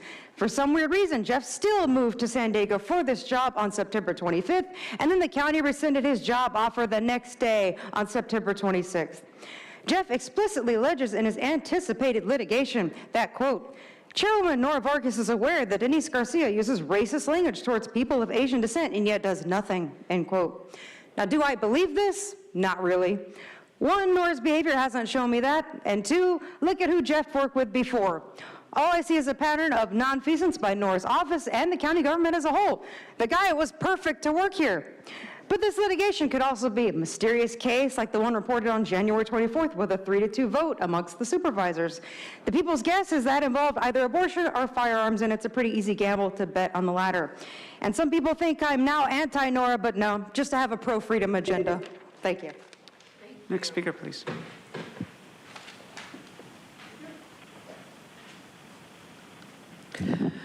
Consuelo, to that last caller, that's how they want us, divide and conquer.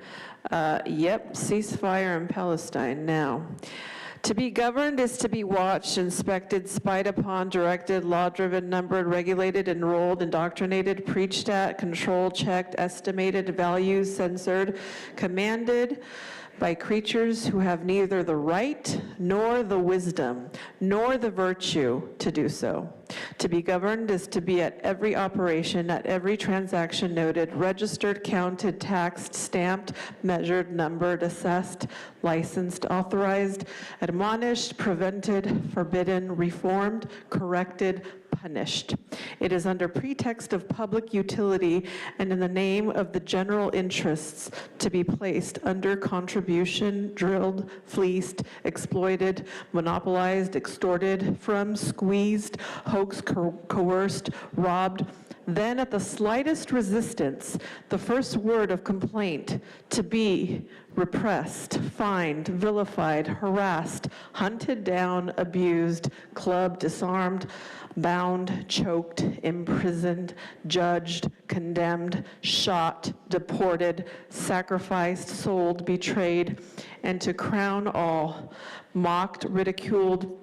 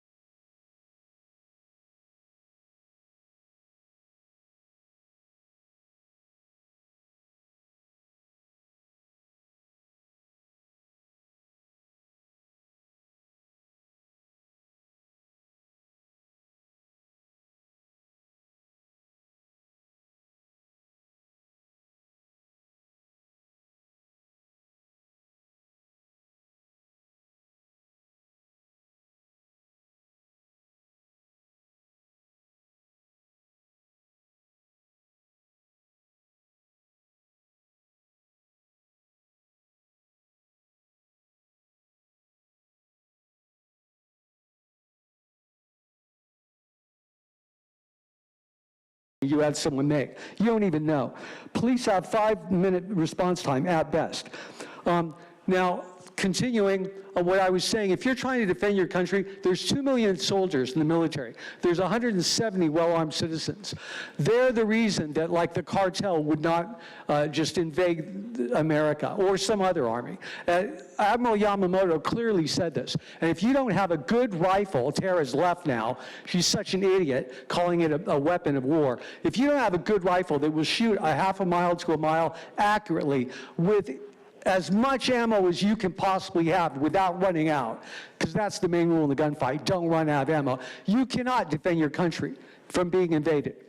And even though I'm not for violence, and America was based on the idea that we didn't support taxation without representation, and we started our own constitutional government, it is always the last resort, and we can never be disarmed. Thank you. Can you please state your name for the record? Yeah, it's Alexander. You guys, well, actually, Mark, you guys will be the ones. Thank you. Your time is up. Thank you. Thank you. We'll now hear from the individual that requested to speak by phone.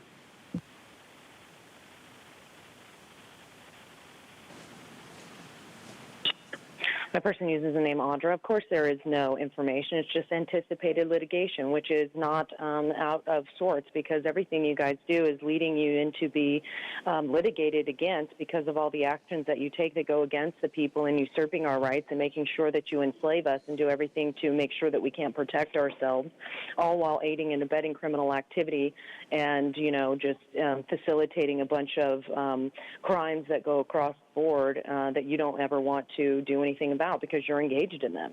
And so in that, I just think about when the ultimate judge, our creator, is the one that you're standing in front of, and what you're going to do when you have to face all of the things that you've done and all of the policies, procedures, things that you have implemented in the county that have brought death, destruction, and just complete terror upon the people. And what are you going to say as to why you did those things? Do you even have an excuse? Is it going to be something that it was like, well, I had to do it to save my own butt, so it didn't matter that I was, you know, engaging in the mutilation of bodies of children, the ripping apart of limb by limb of a baby in a womb because we don't think that they're living?